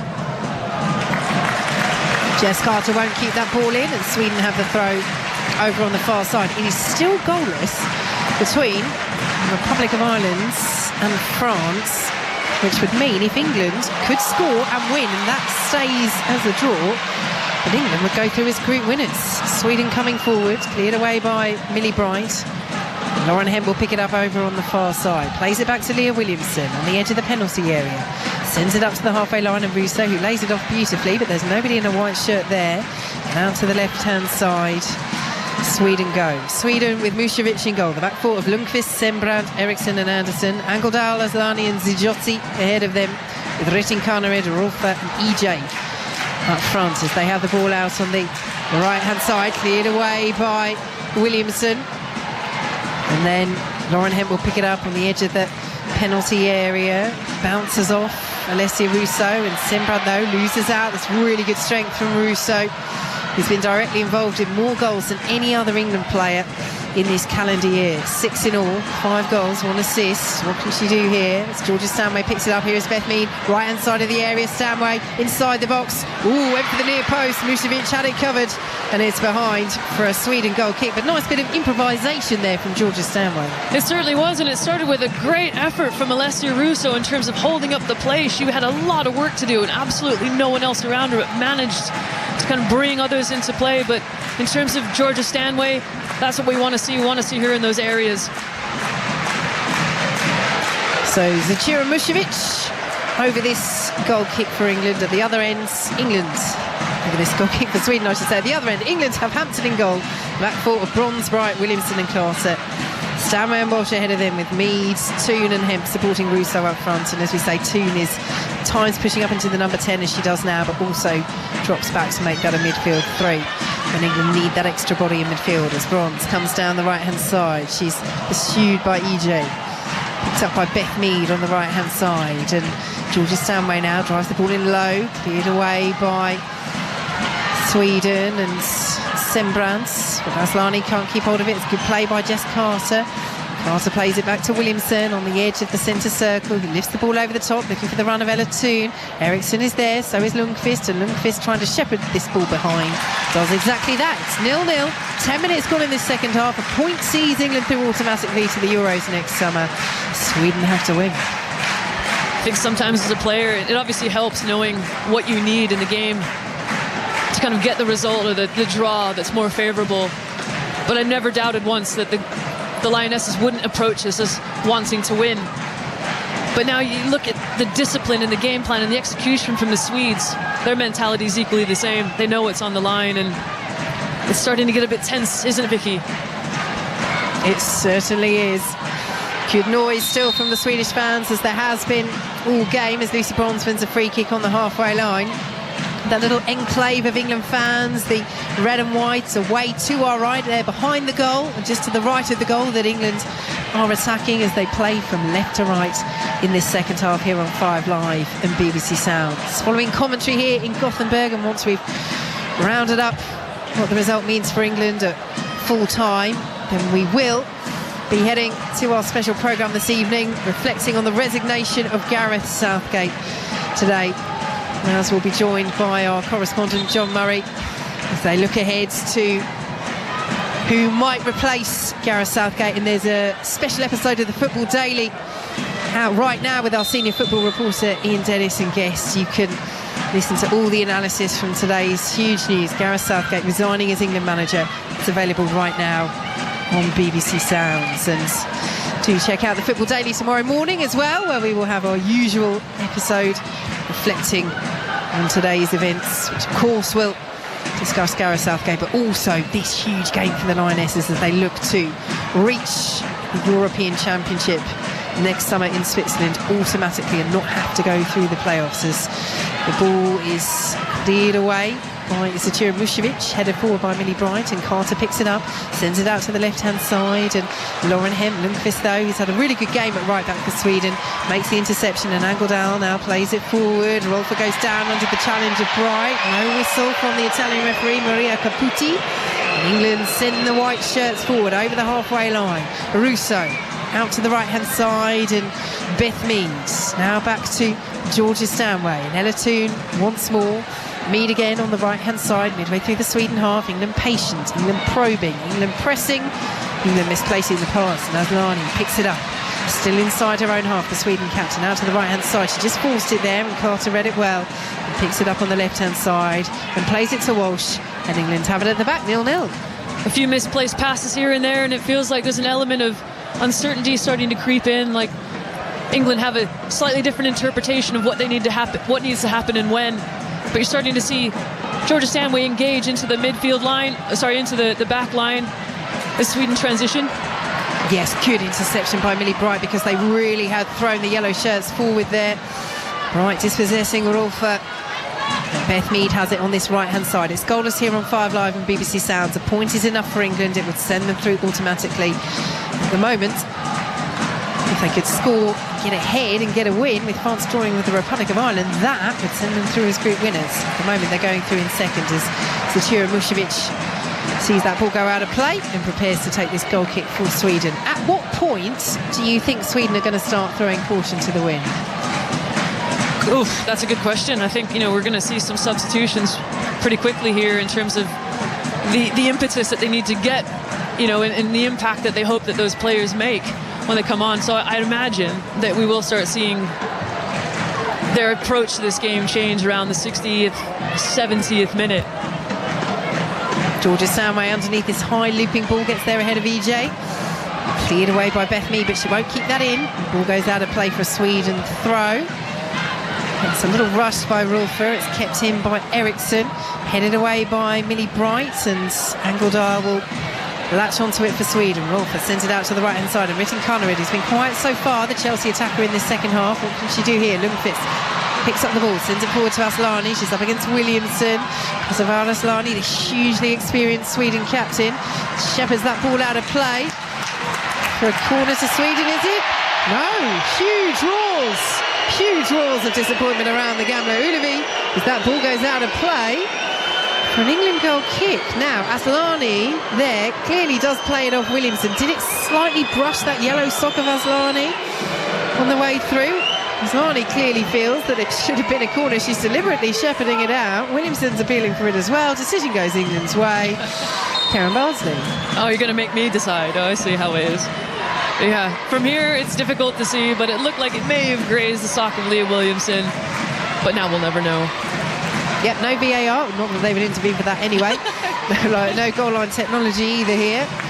Referees' decisions are final. It's goalless as we hit the hour mark in a match that Sweden needs to win, in a match that England must not lose if they're to qualify automatically for the Euros next summer.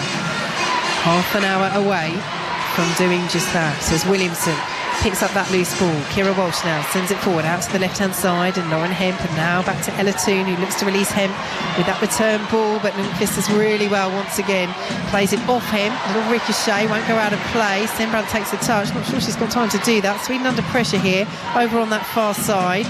Toon doing well, but Sweden do even better. They've done really well to keep hold of the ball there, and Angeldal will do a 360 midway inside her own half, and then looks to send EJ away down that right-hand side, but she's well marshalled by Millie Bright, and the ball goes out of play for an England throw. I've enjoyed what EJ's brought to this game, I think, so far. She's brought some athleticism. She looks really confident. She's happy to track back for Sweden. She's, helped out with the double team with Jonna Andersson when Lucy Bronze is getting forward, and Beth Mead is going on in the inside as well. So I think she's been a good addition, but we're going to see more here shortly. Yeah, changes being made for Sweden. Julia Zigiotti, and here's an interesting one. Kosovar Aslani are the players making way, and Aslani is being replaced by Rosa Kafaji, and Hannah Bennison is coming on for Zigiotti. Bennison, who's recently joined Juventus this summer from Everton, and she is capable of a stunner. She scored an absolute cracker against Manchester City for Everton this season. 25 yards in off the bar. No, we don't talk about that. Well, England will certainly hope that she won't repeat the feats. But Sweden win a free kick just inside their own half. What do you make of Aslani coming off? I'll be honest, it's entirely predictable in terms of what we've seen in the last few games from Sweden. No offense to Kosovar Aslani, she's not getting any younger, and I think there are some really talented players in this squad, particularly in the likes of Hannah Bennison and Kafaji as well. I think I've seen a lot that I've really, really liked from her, in particular Kafaji. Yes, her 188th cap for the 35-year-old Kosovare Asllani, as Eriksson has it on the edge of the penalty area. She still looked as though she had energy in her legs. She was making the runs, you know, hugely experienced player and one of the best footballers out there. No, I don't disagree at all.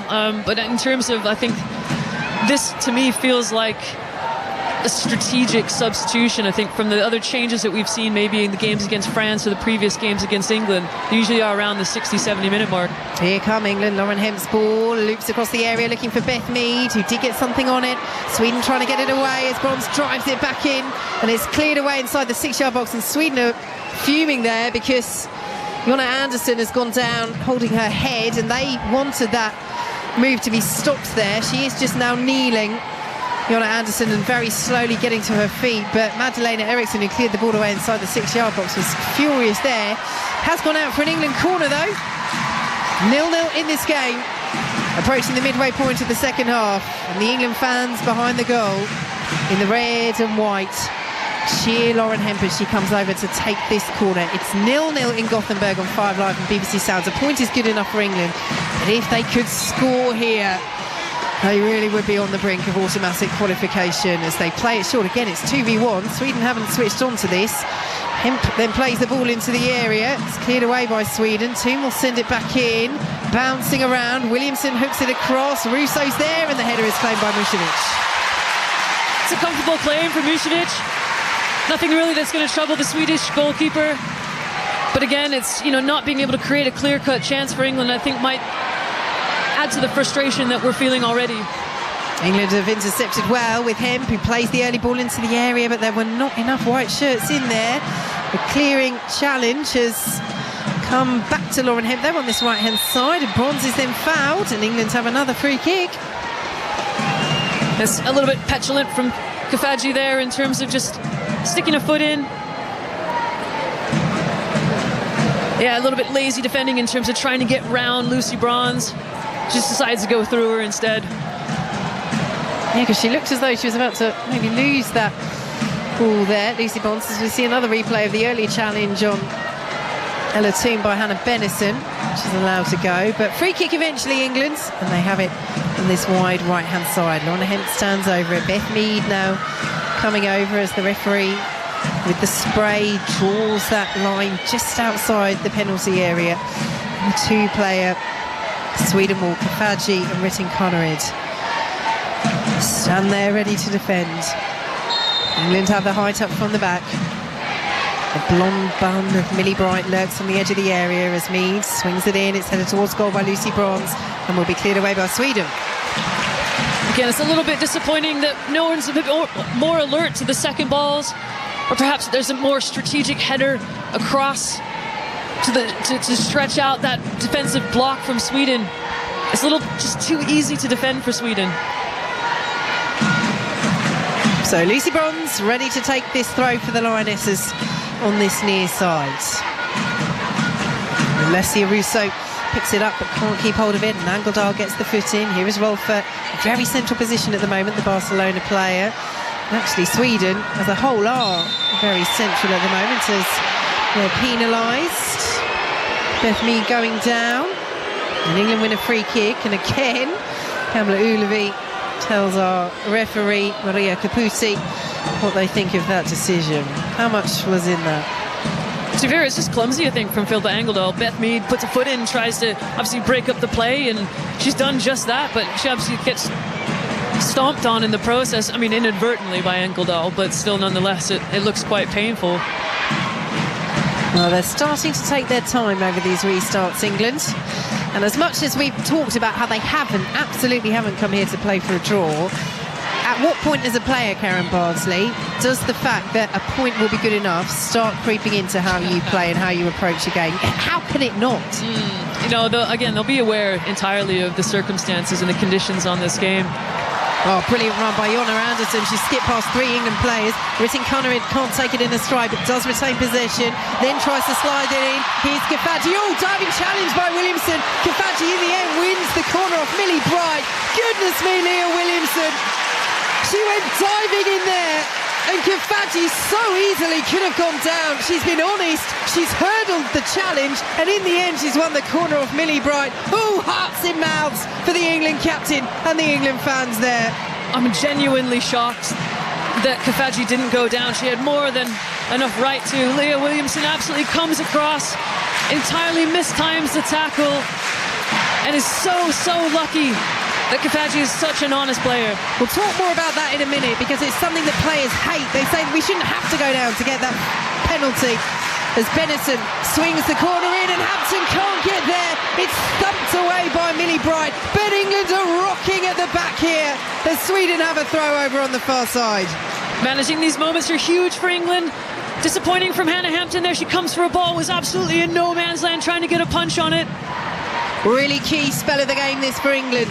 69 minutes gone on 5 Live and BBC Sounds. They need a point to go through automatically, but Sweden really have their tails up at the moment as the ball is swung in. It's headed away well by Williamson. Hem flicks it on over on that far side, but Sweden win another throw. Just going back to that Williamson challenge and Rosa Kafaji, if she goes down, that's got to be a penalty. And this is where players get so frustrated, because she's done the honest thing. She's stayed on her feet. Is the referee entitled to let that go on there, or does Kafaji have to go down to get that penalty? I mean, for me, there's no contact. This is the thing that's absolutely amazing about it. So miraculously she managed to stay on her feet, but for me there's no contact there, so you can't give a foul that doesn't exist. But the likelihood of that ever happening again is so low. And if Kafaji can engineer the contact there, and almost is entitled to do so, because she deliberately avoids the sliding challenge of Williamson as Hampton clears up towards halfway. If she doesn't take evasive action there, she's caught, it's a penalty, and Sweden have a great chance to go ahead in a match they have to win, and in a match England must not lose, as England win a free kick just inside the Sweden half and just have an opportunity to take this sting out of the game. But in terms of we've just seen panic there from England defensively. They've done so well at keeping Sweden away from their penalty area, but surely for a Swedish player you're going, brilliant, they're rocking here, we can take advantage, and they've intercepted here as they play the ball out to the right hand side. Ball swung into the penalty area. Millie Bright just about got something on it, but I think it's more the arc of the ball that took it out of the box, and it's picked up by Rolfo. England need to find that calmness somehow. They need to dig in here defensively as Benison has it midway through the England half. She's well marshalled by Stanway out to the left hand side, and Jonna Andersson as Benison is now closed down by Stanway, who has to try and not give a free kick away, and that's exactly what she's done. Free kick Sweden, third of the way inside the England half, left hand side, Karen Barsley. That's great control, nice and close, manipulating the ball from Hannah Benison, trying to draw that foul. She's so powerful for such a young player to frustrate Georgia Stanway into a foul as well. But I have to say, these changes have made a huge impact for Sweden, really looking to play more direct, getting the numbers forward. It's an impressive approach in the second half. The fans at Gamla Ullevi are in fine voice as Sweden look for the breakthrough. Angeldal swings it in high. Hampton's lost it. She did claim it. Whistle hasn't gone yet. Sembrand trying to keep it alive, trying to force it towards that 6-yard box. They're all claiming it. It's gone out for a corner. The clearance from Millie Bright. Karen Barsley. Hannah Hampton is struggling here. No, she is. She comes to claim. Is that the right decision? She's got to go through a lot of bodies. I know there's a lot of criticism on goalkeepers about when to punch, but that is a prime opportunity. If you are going to come, you got to make sure you don't drop it. Millie Bright manages to clear the danger, but clears it into Leah Williamson. It's 6s and 7s in the back here for England. Someone needs to take this situation by the scruff of the neck. That is exactly what England will hope will happen from this corner. Sweden, though, sense an opportunity here. Jonna Andersson plays it in from the right-hand side. Cute header from Williamson. Got to the edge of the 6-yard box, and Hannah Benison will pick it up and send it back to Johanna Rytting-Kaneryd of Chelsea. Out to the left-hand side she goes. Little miscommunication there, and England will take that all day long as the ball goes out for a goal kick. And again, it's just numbers forward, isn't it, here for Sweden? The aggressiveness, the intent to put that pressure on. We've seen Rolfo come more into the game. Hannah Benison has been an absolute game changer in terms of the way that she's been able to bring control into the Swedish midfield. And we questioned that substitution, didn't we, with Kosa Asllani? Was it the right thing to do? But for me, now it looks like the intent is just to press and press and press and suffocate the life out of England. First change of the game for the Lionesses. Beth Mead is being ushered off the pitch by our referee Maria Caputi. And she will be replaced by Chloe Kelly, the heroine of Wembley 2 years ago. That extra time goal that secured glory against Germany and won the Lionesses their first major trophy. But the defending European champions have work to do here if they're to qualify automatically for next summer's tournament in Switzerland as they look to defend their crown. A point will do it. It's goalless, but at the moment Sweden are putting immense pressure on England's back line here on 5 Live and BBC Sounds. Following the conclusion of this commentary in Gothenburg, we'll have a special programme on Gareth Southgate's resignation. Do stay with us for that, 8 till 9. And then Maz Faruqi and the team will bring you an hour of chat on the WSL, looking ahead to the new season and the summer transfer window. And then 10 till 10:30 tonight we have a preview of the Open Golf. Our coverage of that starts on Thursday with Mark Chapman and the team as England's in possession. Have the ball with Leah Williamson.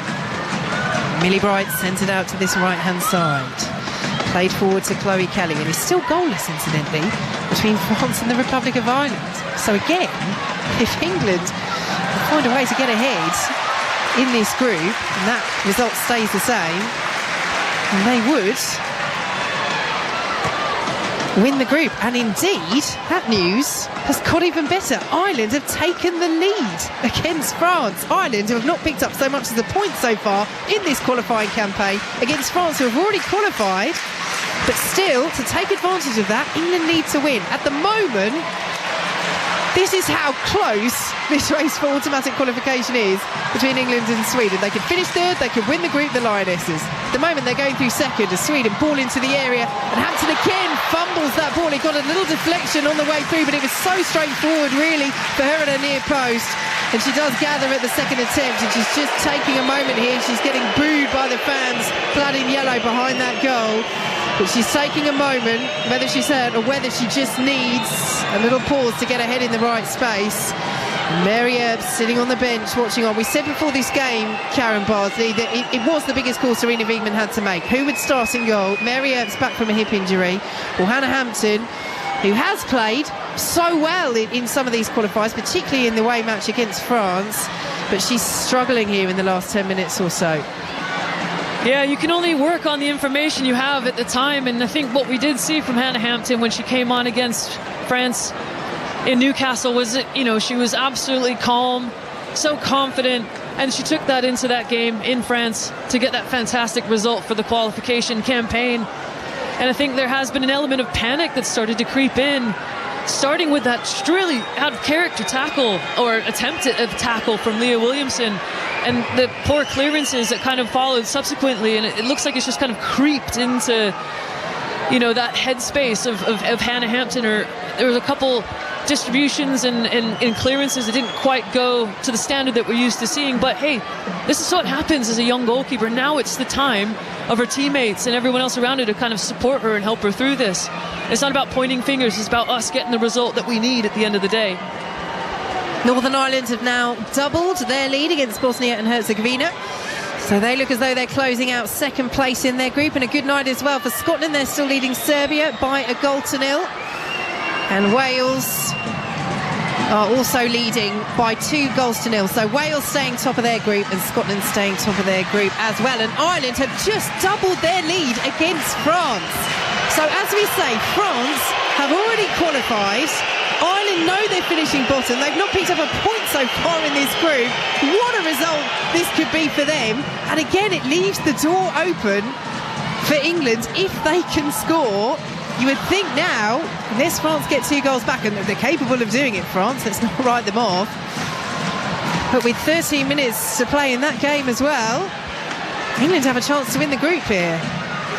But at the moment, the focus is on just getting through automatically, it seems, and just taking the sting out of this game as Zecira Mušević has it inside her own penalty area. Do you think England are paying any attention at all to what the France score is, or is it all the focus on this? No, I think the focus is entirely on this game. And if any messages do need to come on, I think one thing we did learn from the qualifying situation for the Olympics was that the messages will probably come in off the bench, but there's no way, I think, when you're playing to kind of manage both of those situations at the same time. You just need to be present and trying to get the job done where you are and when you're trying to do it.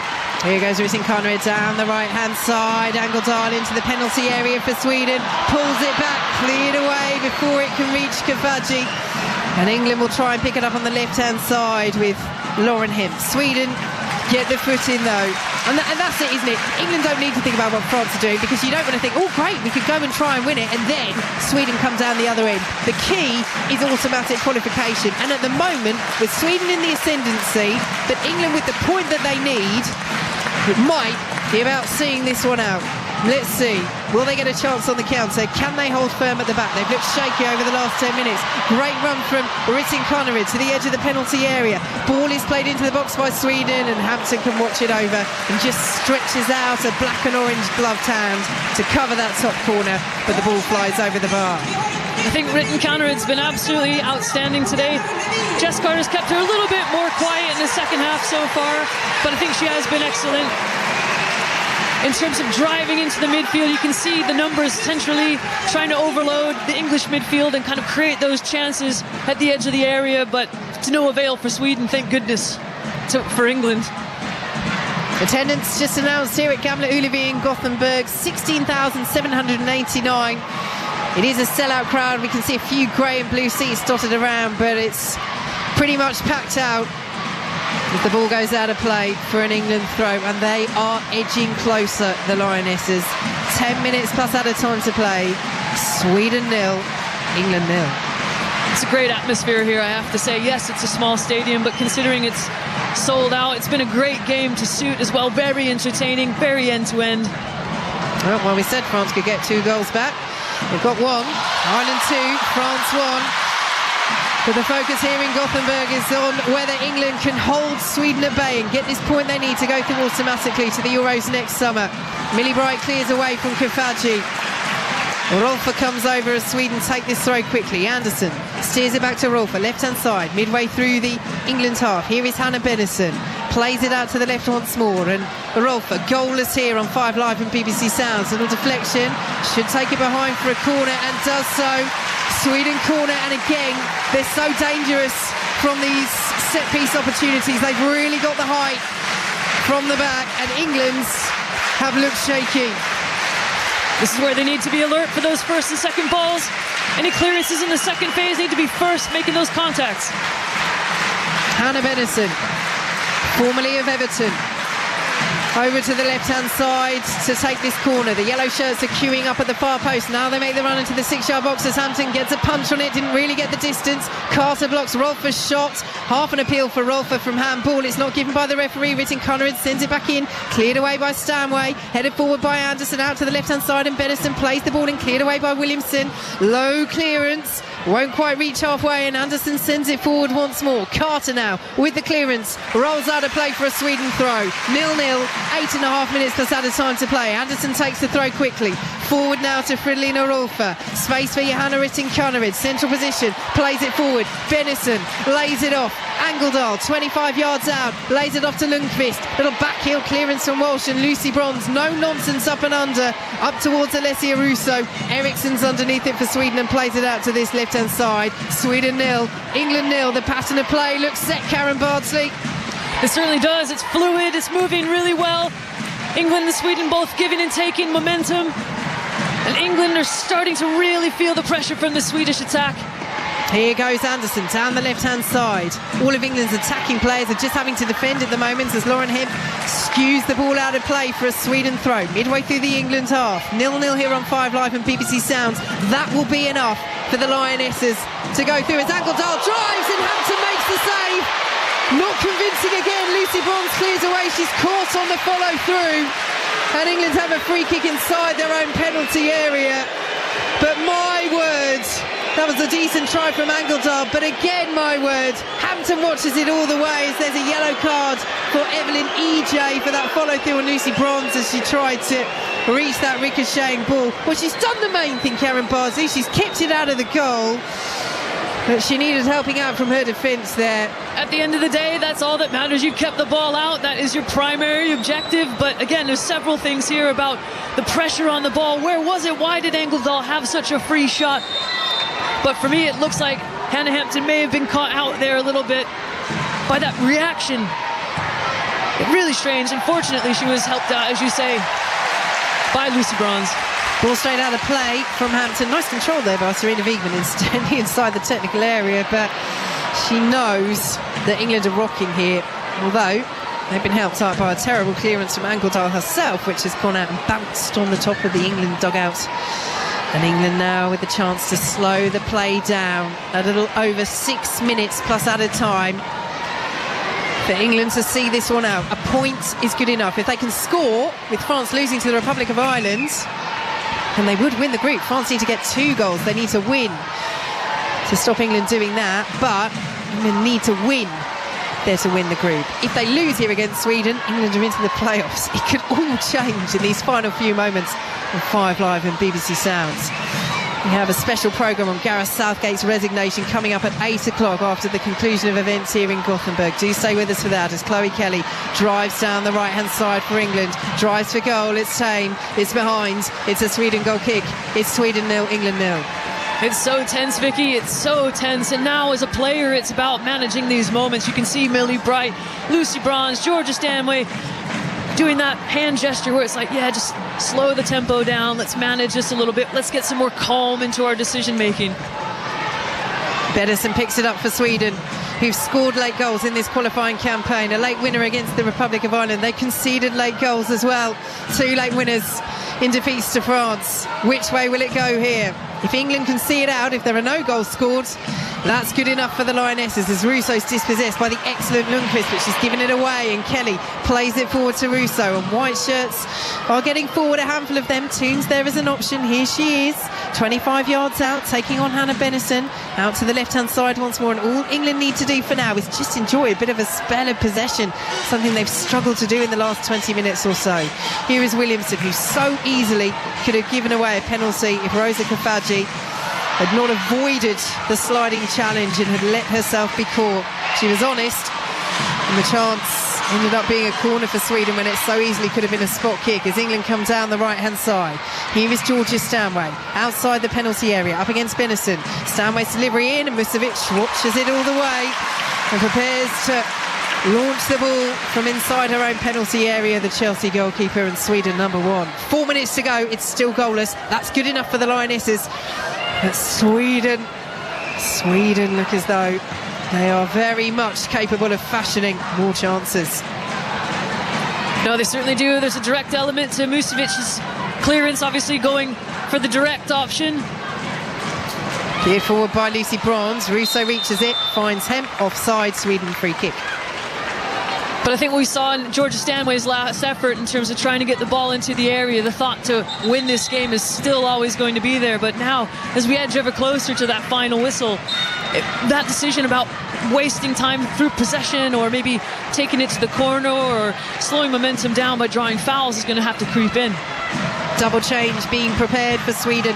Final roll of the dice from their manager Peter Gerhardsson as it's flicked on by EJ, cleared away by Williamson, bounces off Russo. Bennison gets the foot in, plays it straight into Ella Toon, but picks it up once more. Bennison as the ricochet comes back to her. Eriksson sends it forward, Bright intercepts, Carter with the header out to the left hand side as England look at it, but it's picked up by Rissin Cunnerid, her Chelsea teammate, plays it in field to Angeldal, who tries to take a touch. Little clearance from Stanway off Angeldal, and it rolls behind for an England goal kick. And I tell you what, Hannah Hampton, just slow down there. Don't go and race and get that ball.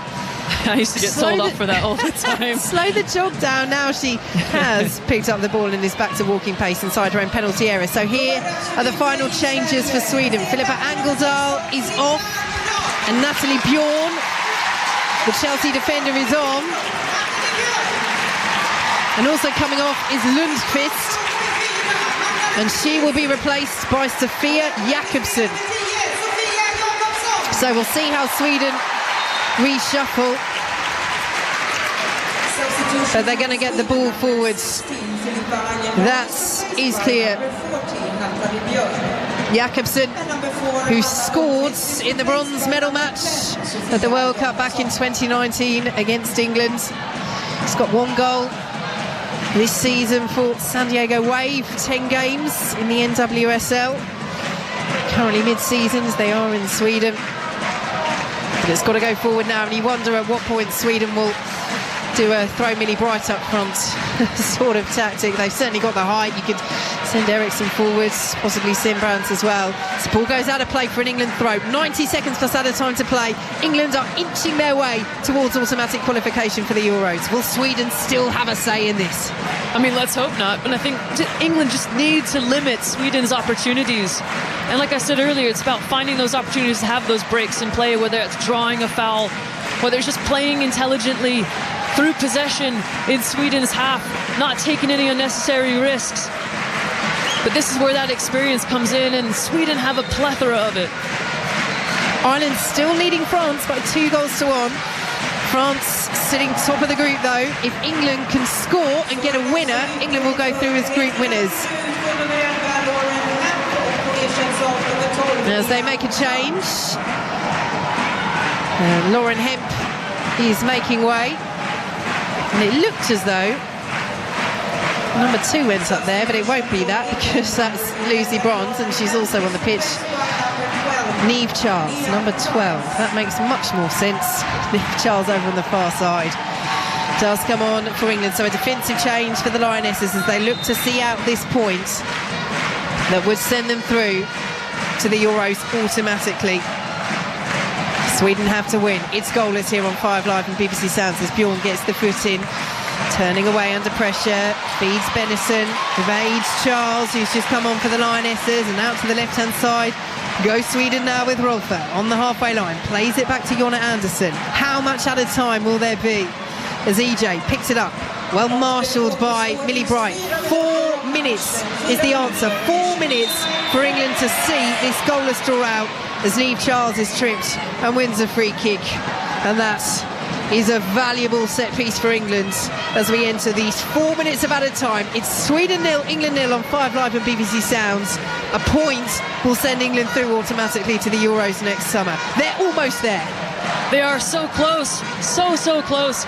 Now it's just playing for those first and second contacts. Again, keeping possession in Sweden's half, and if an opportunity does come, seize it. Here goes Chloe Kelly, whistle's gone, handball against Kelly, and a free kick to Sweden, and Kelly's taking the ball with her outside the penalty area. She's got to get booked for that. Well, she's very lucky if she's going to be let off by the referee there. She knew exactly what she was doing, and now the referee's saying to Mušović, look, you've got to take the free kick from inside the penalty area, not where Chloe Kelly's run it, about 15 yards away from that where that free kick was given. I think the referee needs to get control of this, because Mušović again is just stupidly wasting time by not taking that free kick back from where it should be. It's nowhere near where it should be, but it's at least just on the line of the penalty area at least. The referee had a back turn and I think just said, just get on with it. EJ plays it forward as Sweden looks to fashion a last chance. Kafaji into the area, brilliant defending. Lucy Bronze clears the ball out for a throw. Very good defending from Lucy Bronze to get across the run of Kafaji and make it impossible for her to get on the ball. Kept in by Anderson from that throw, hooks it into the area, it's thumped away by Kira Walsh. Russo will chase, Mušović will come and gather for Sweden. 2 minutes of added time to play here in Gothenburg. Sweden 0, England 0. A goal for Sweden sends England into the playoffs. Can they hold on for automatic qualification for the Women's Euros next summer? Well, they'll look to defend their crown. Stanway has it on the halfway line. With France losing, if England score, they're through as group winners. That's how tight this all is. Could be in the playoffs, could be winning the group. The next 90 seconds will tell us as the ball is forward by Carter, who looks to the heavens, the cloudy skies here in Gothenburg, as the ball goes out of play for a Sweden throw. And I'll tell you what, more news from Ireland, 3-1, they now lead France. So that is it. If England score, they're through as group winners. But at the moment, it's all about the focus in these last 90 seconds of just going through in second place, getting that automatic qualification. And that is what they are so close to doing. As Ella Toon goes off And Frank Kirby, back from illness, comes on to try and see out this point for the Lionesses and see them through to Euro 2025. And the header forward for Alessia Russo might have been offside there, but the flag stays down, and Kirby won't latch onto it inside the penalty area. Cleared away by Eriksson as Sweden play it out to the right-hand side, and a roared forward once more. EJ can't latch onto it. Carter has it, out to the left-hand side she goes and plays it forward. Russo's got to be offside there. Absolutely has to be. She's left it intelligently for Frank Kirby instead, and Kirby's done brilliantly there. Ball goes out of play for an England throw right by the corner flag, and England are 40 seconds away from qualifying for the Euros next summer. I thought Alessia Russo had made an attempt for that ball and the flag was going to come up, but no, Frank Kirby makes that run, as you say, very, very intelligently to help manage this game, and she's got that experience and know-how in these types of situations. 25 seconds to play. The Lionesses on the brink of qualification. Chloe Kelly takes the throw. It's cleared away by Jakobsen. Sweden are penned down by their own corner flag, and although their fans are still singing and urging them on, it looks as though they're going to fall short. It looks as though England are going to be through automatically in second place. If they can score here, they'll be through as winners, as Chloe Kelly has it down by the corner flag. She's lost possession. Jakobsen clears it away, but straight out of play. We played the 4 minutes of added time. It's gone out for another England throw. The referee looks at her watch. Chloe Kelly has it. This surely will be the last action of the game. She throws it down to the corner. Kirby has it. She's lost it. Is there time for one last Sweden attack? The referee's letting play continue. Over the halfway line, Sweden go. Was EJ offside there? Flag stays down. Sweden have it. Rolfö approaching the penalty area. It's now or never for Sweden to break England hearts and send them into the playoffs. Out to the right-hand side. Jakobsen just keeps it in. Chloe Kelly's there. Jakobsen's ball into the area is poor. And there is the full-time whistle.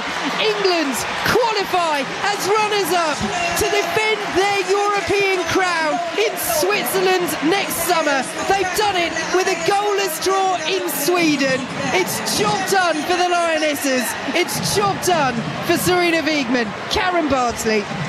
Oh, an immense wave of relief has just washed over me, Vicky.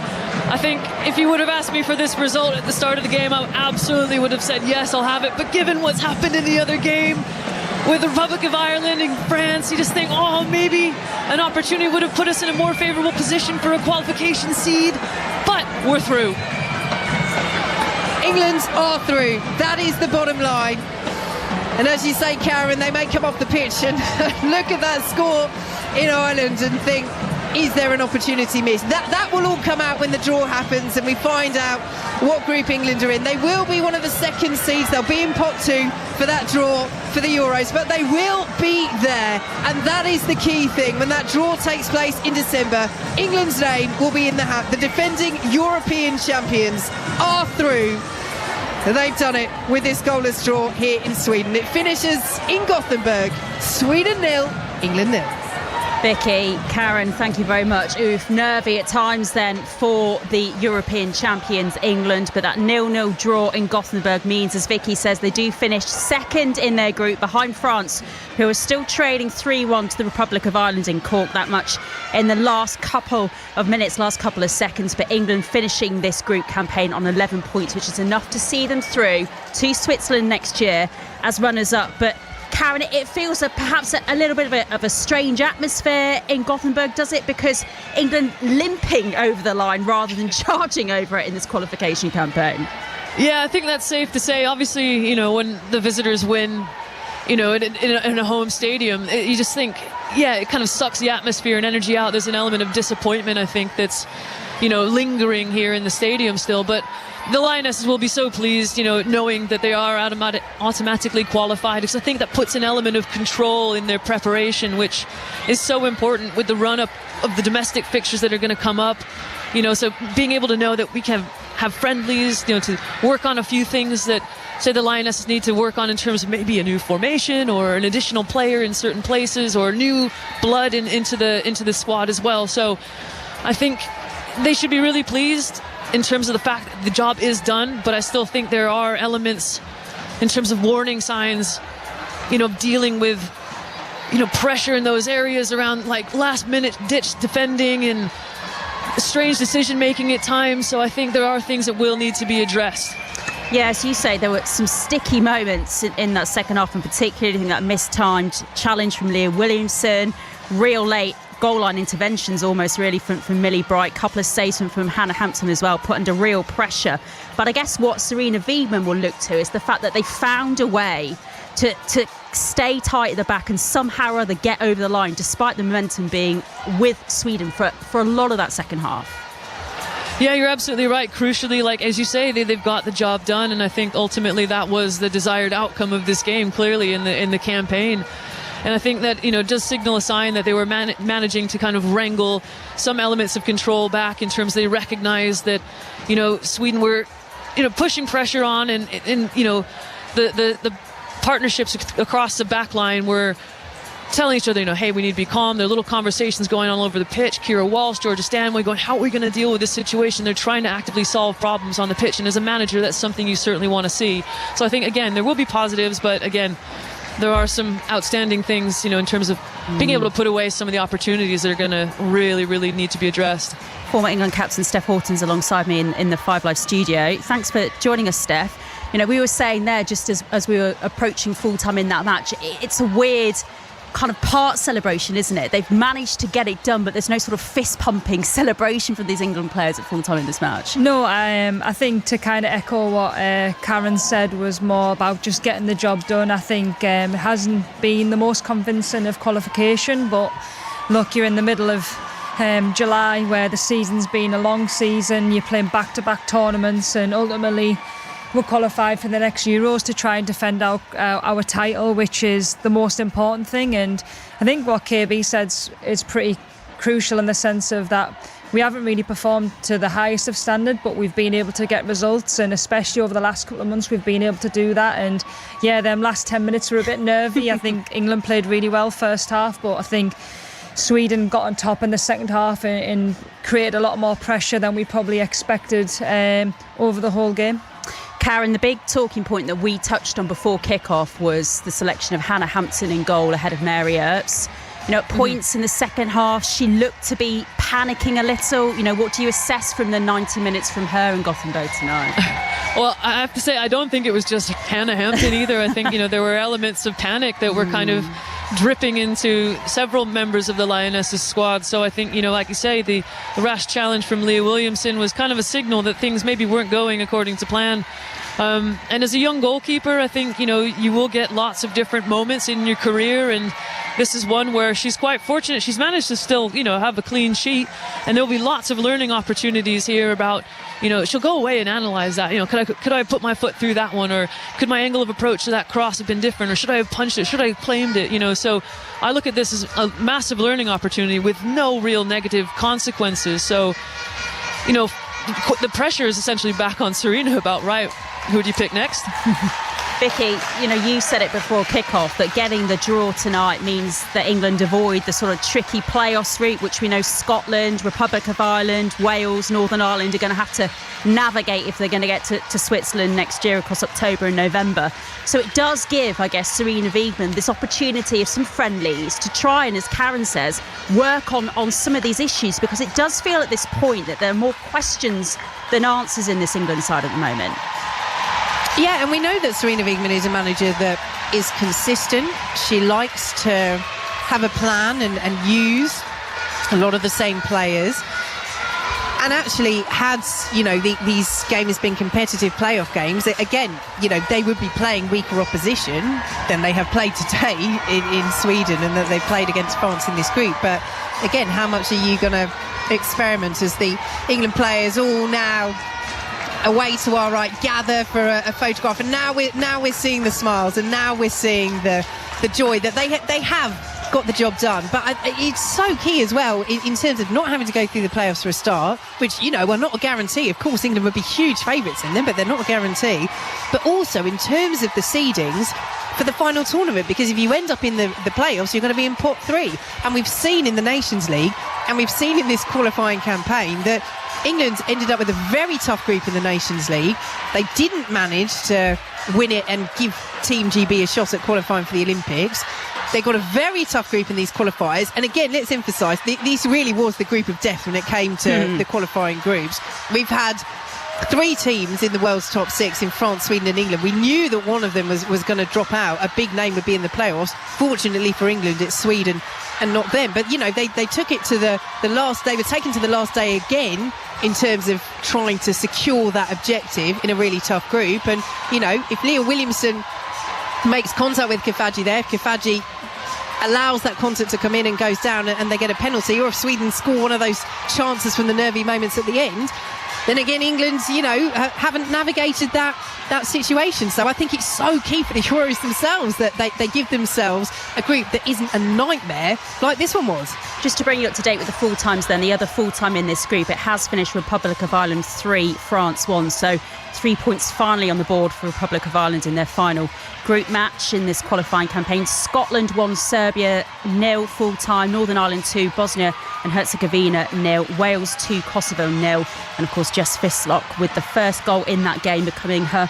country's all-time leading goal scorer. All 4 of those sides, so the 3 home nations, the Republic of Ireland, of course going into the playoffs, England avoiding those with that point against Sweden tonight. They are secured their spot at Euro 2025, and 2 other teams as well have secured their place straight into those finals next year. Italy winning tonight, they beat Finland 4-0. The Netherlands with a late goal, a late equaliser from Viviana Miedema to make sure they qualify as well at the expense of Norway. So they drew with Norway 1-1. Carolina Graham-Hampson putting Norway ahead in that match, but Viviana Miedema scoring late on to make sure the Dutch progress to Switzerland as well and avoid the playoffs. Just final word then to Karen and then to Steph as well with us here in the studio. Karen, first of all, you know, finally, where do you assess then where England are as we build up, obviously, now that the next 12 months will go very quickly, I think, as we count down towards Switzerland and this Euros 2025. Where do you assess where England are now, you know, when we compare where they were perhaps ahead of Euro 2022, of course, only 3 years ago, when we compare where they were perhaps 2 years ago ahead of the World Cup last year? Oh, that's so difficult. I mean, time moves so quickly in the football world, doesn't it? I mean, I think the expectations have obviously changed since the build-up to the Euros win and obviously the final appearance in the World Cup. So you can't really judge it through the same lens, I think. For me, the girls just need to get home and rest. They're probably knackered. That's how they're feeling. It's been quite a long campaign, you know, so they need to get their feet up, get their, you know, their little squeezy legs on, get themselves in an ice bath and just kind of recover before quite an arduous domestic season as well. So for me, it's probably about, you know, resetting, looking back at, you know, your performances over the last few months, assessing, you know, what your priorities are in terms of what you need to develop as an individual, what you need to develop as a unit, what you need to develop as a team, and just really focus your you know, what it is that you need to improve over the next few months. Ultimately, I think it's just we need to look at England being able to convert their chances in front of goal and be a bit more self-assured in defence, ultimately, because the opportunities are being built. You know, they are getting put into the box. It's just now finishing off those moves. Steph, you were smiling there when Karen's talking. Yeah, more because I know what it feels like when you've done back-to-back tournaments and all you need to do is get your feet up and just relax. And I think, look, the job's done. I think the girls enjoy the holidays, look forward to pre-season, and as KB said, it is a long season domestically but also internationally, but I think there is a lot of things to work on for this team, but that's what happens when you're champions. People come for you and you've got to find new ways to improve and get better. Well, let's get some immediate reaction then from the Gamla Ullevi Stadium. Rob Schofield is with the England captain Leah Williamson. Thanks, Maz. Yes, Leah is here with me. Leah, job done, qualified. What are your thoughts on how it all played out? It's a really tough group. It's really important to make qualification happen. We spoke about it yesterday, so I'm very happy that we have qualified. I think the first half you saw a fantastic England, same story as France. It's important to be able to see games out, but I'd like to win the game, obviously.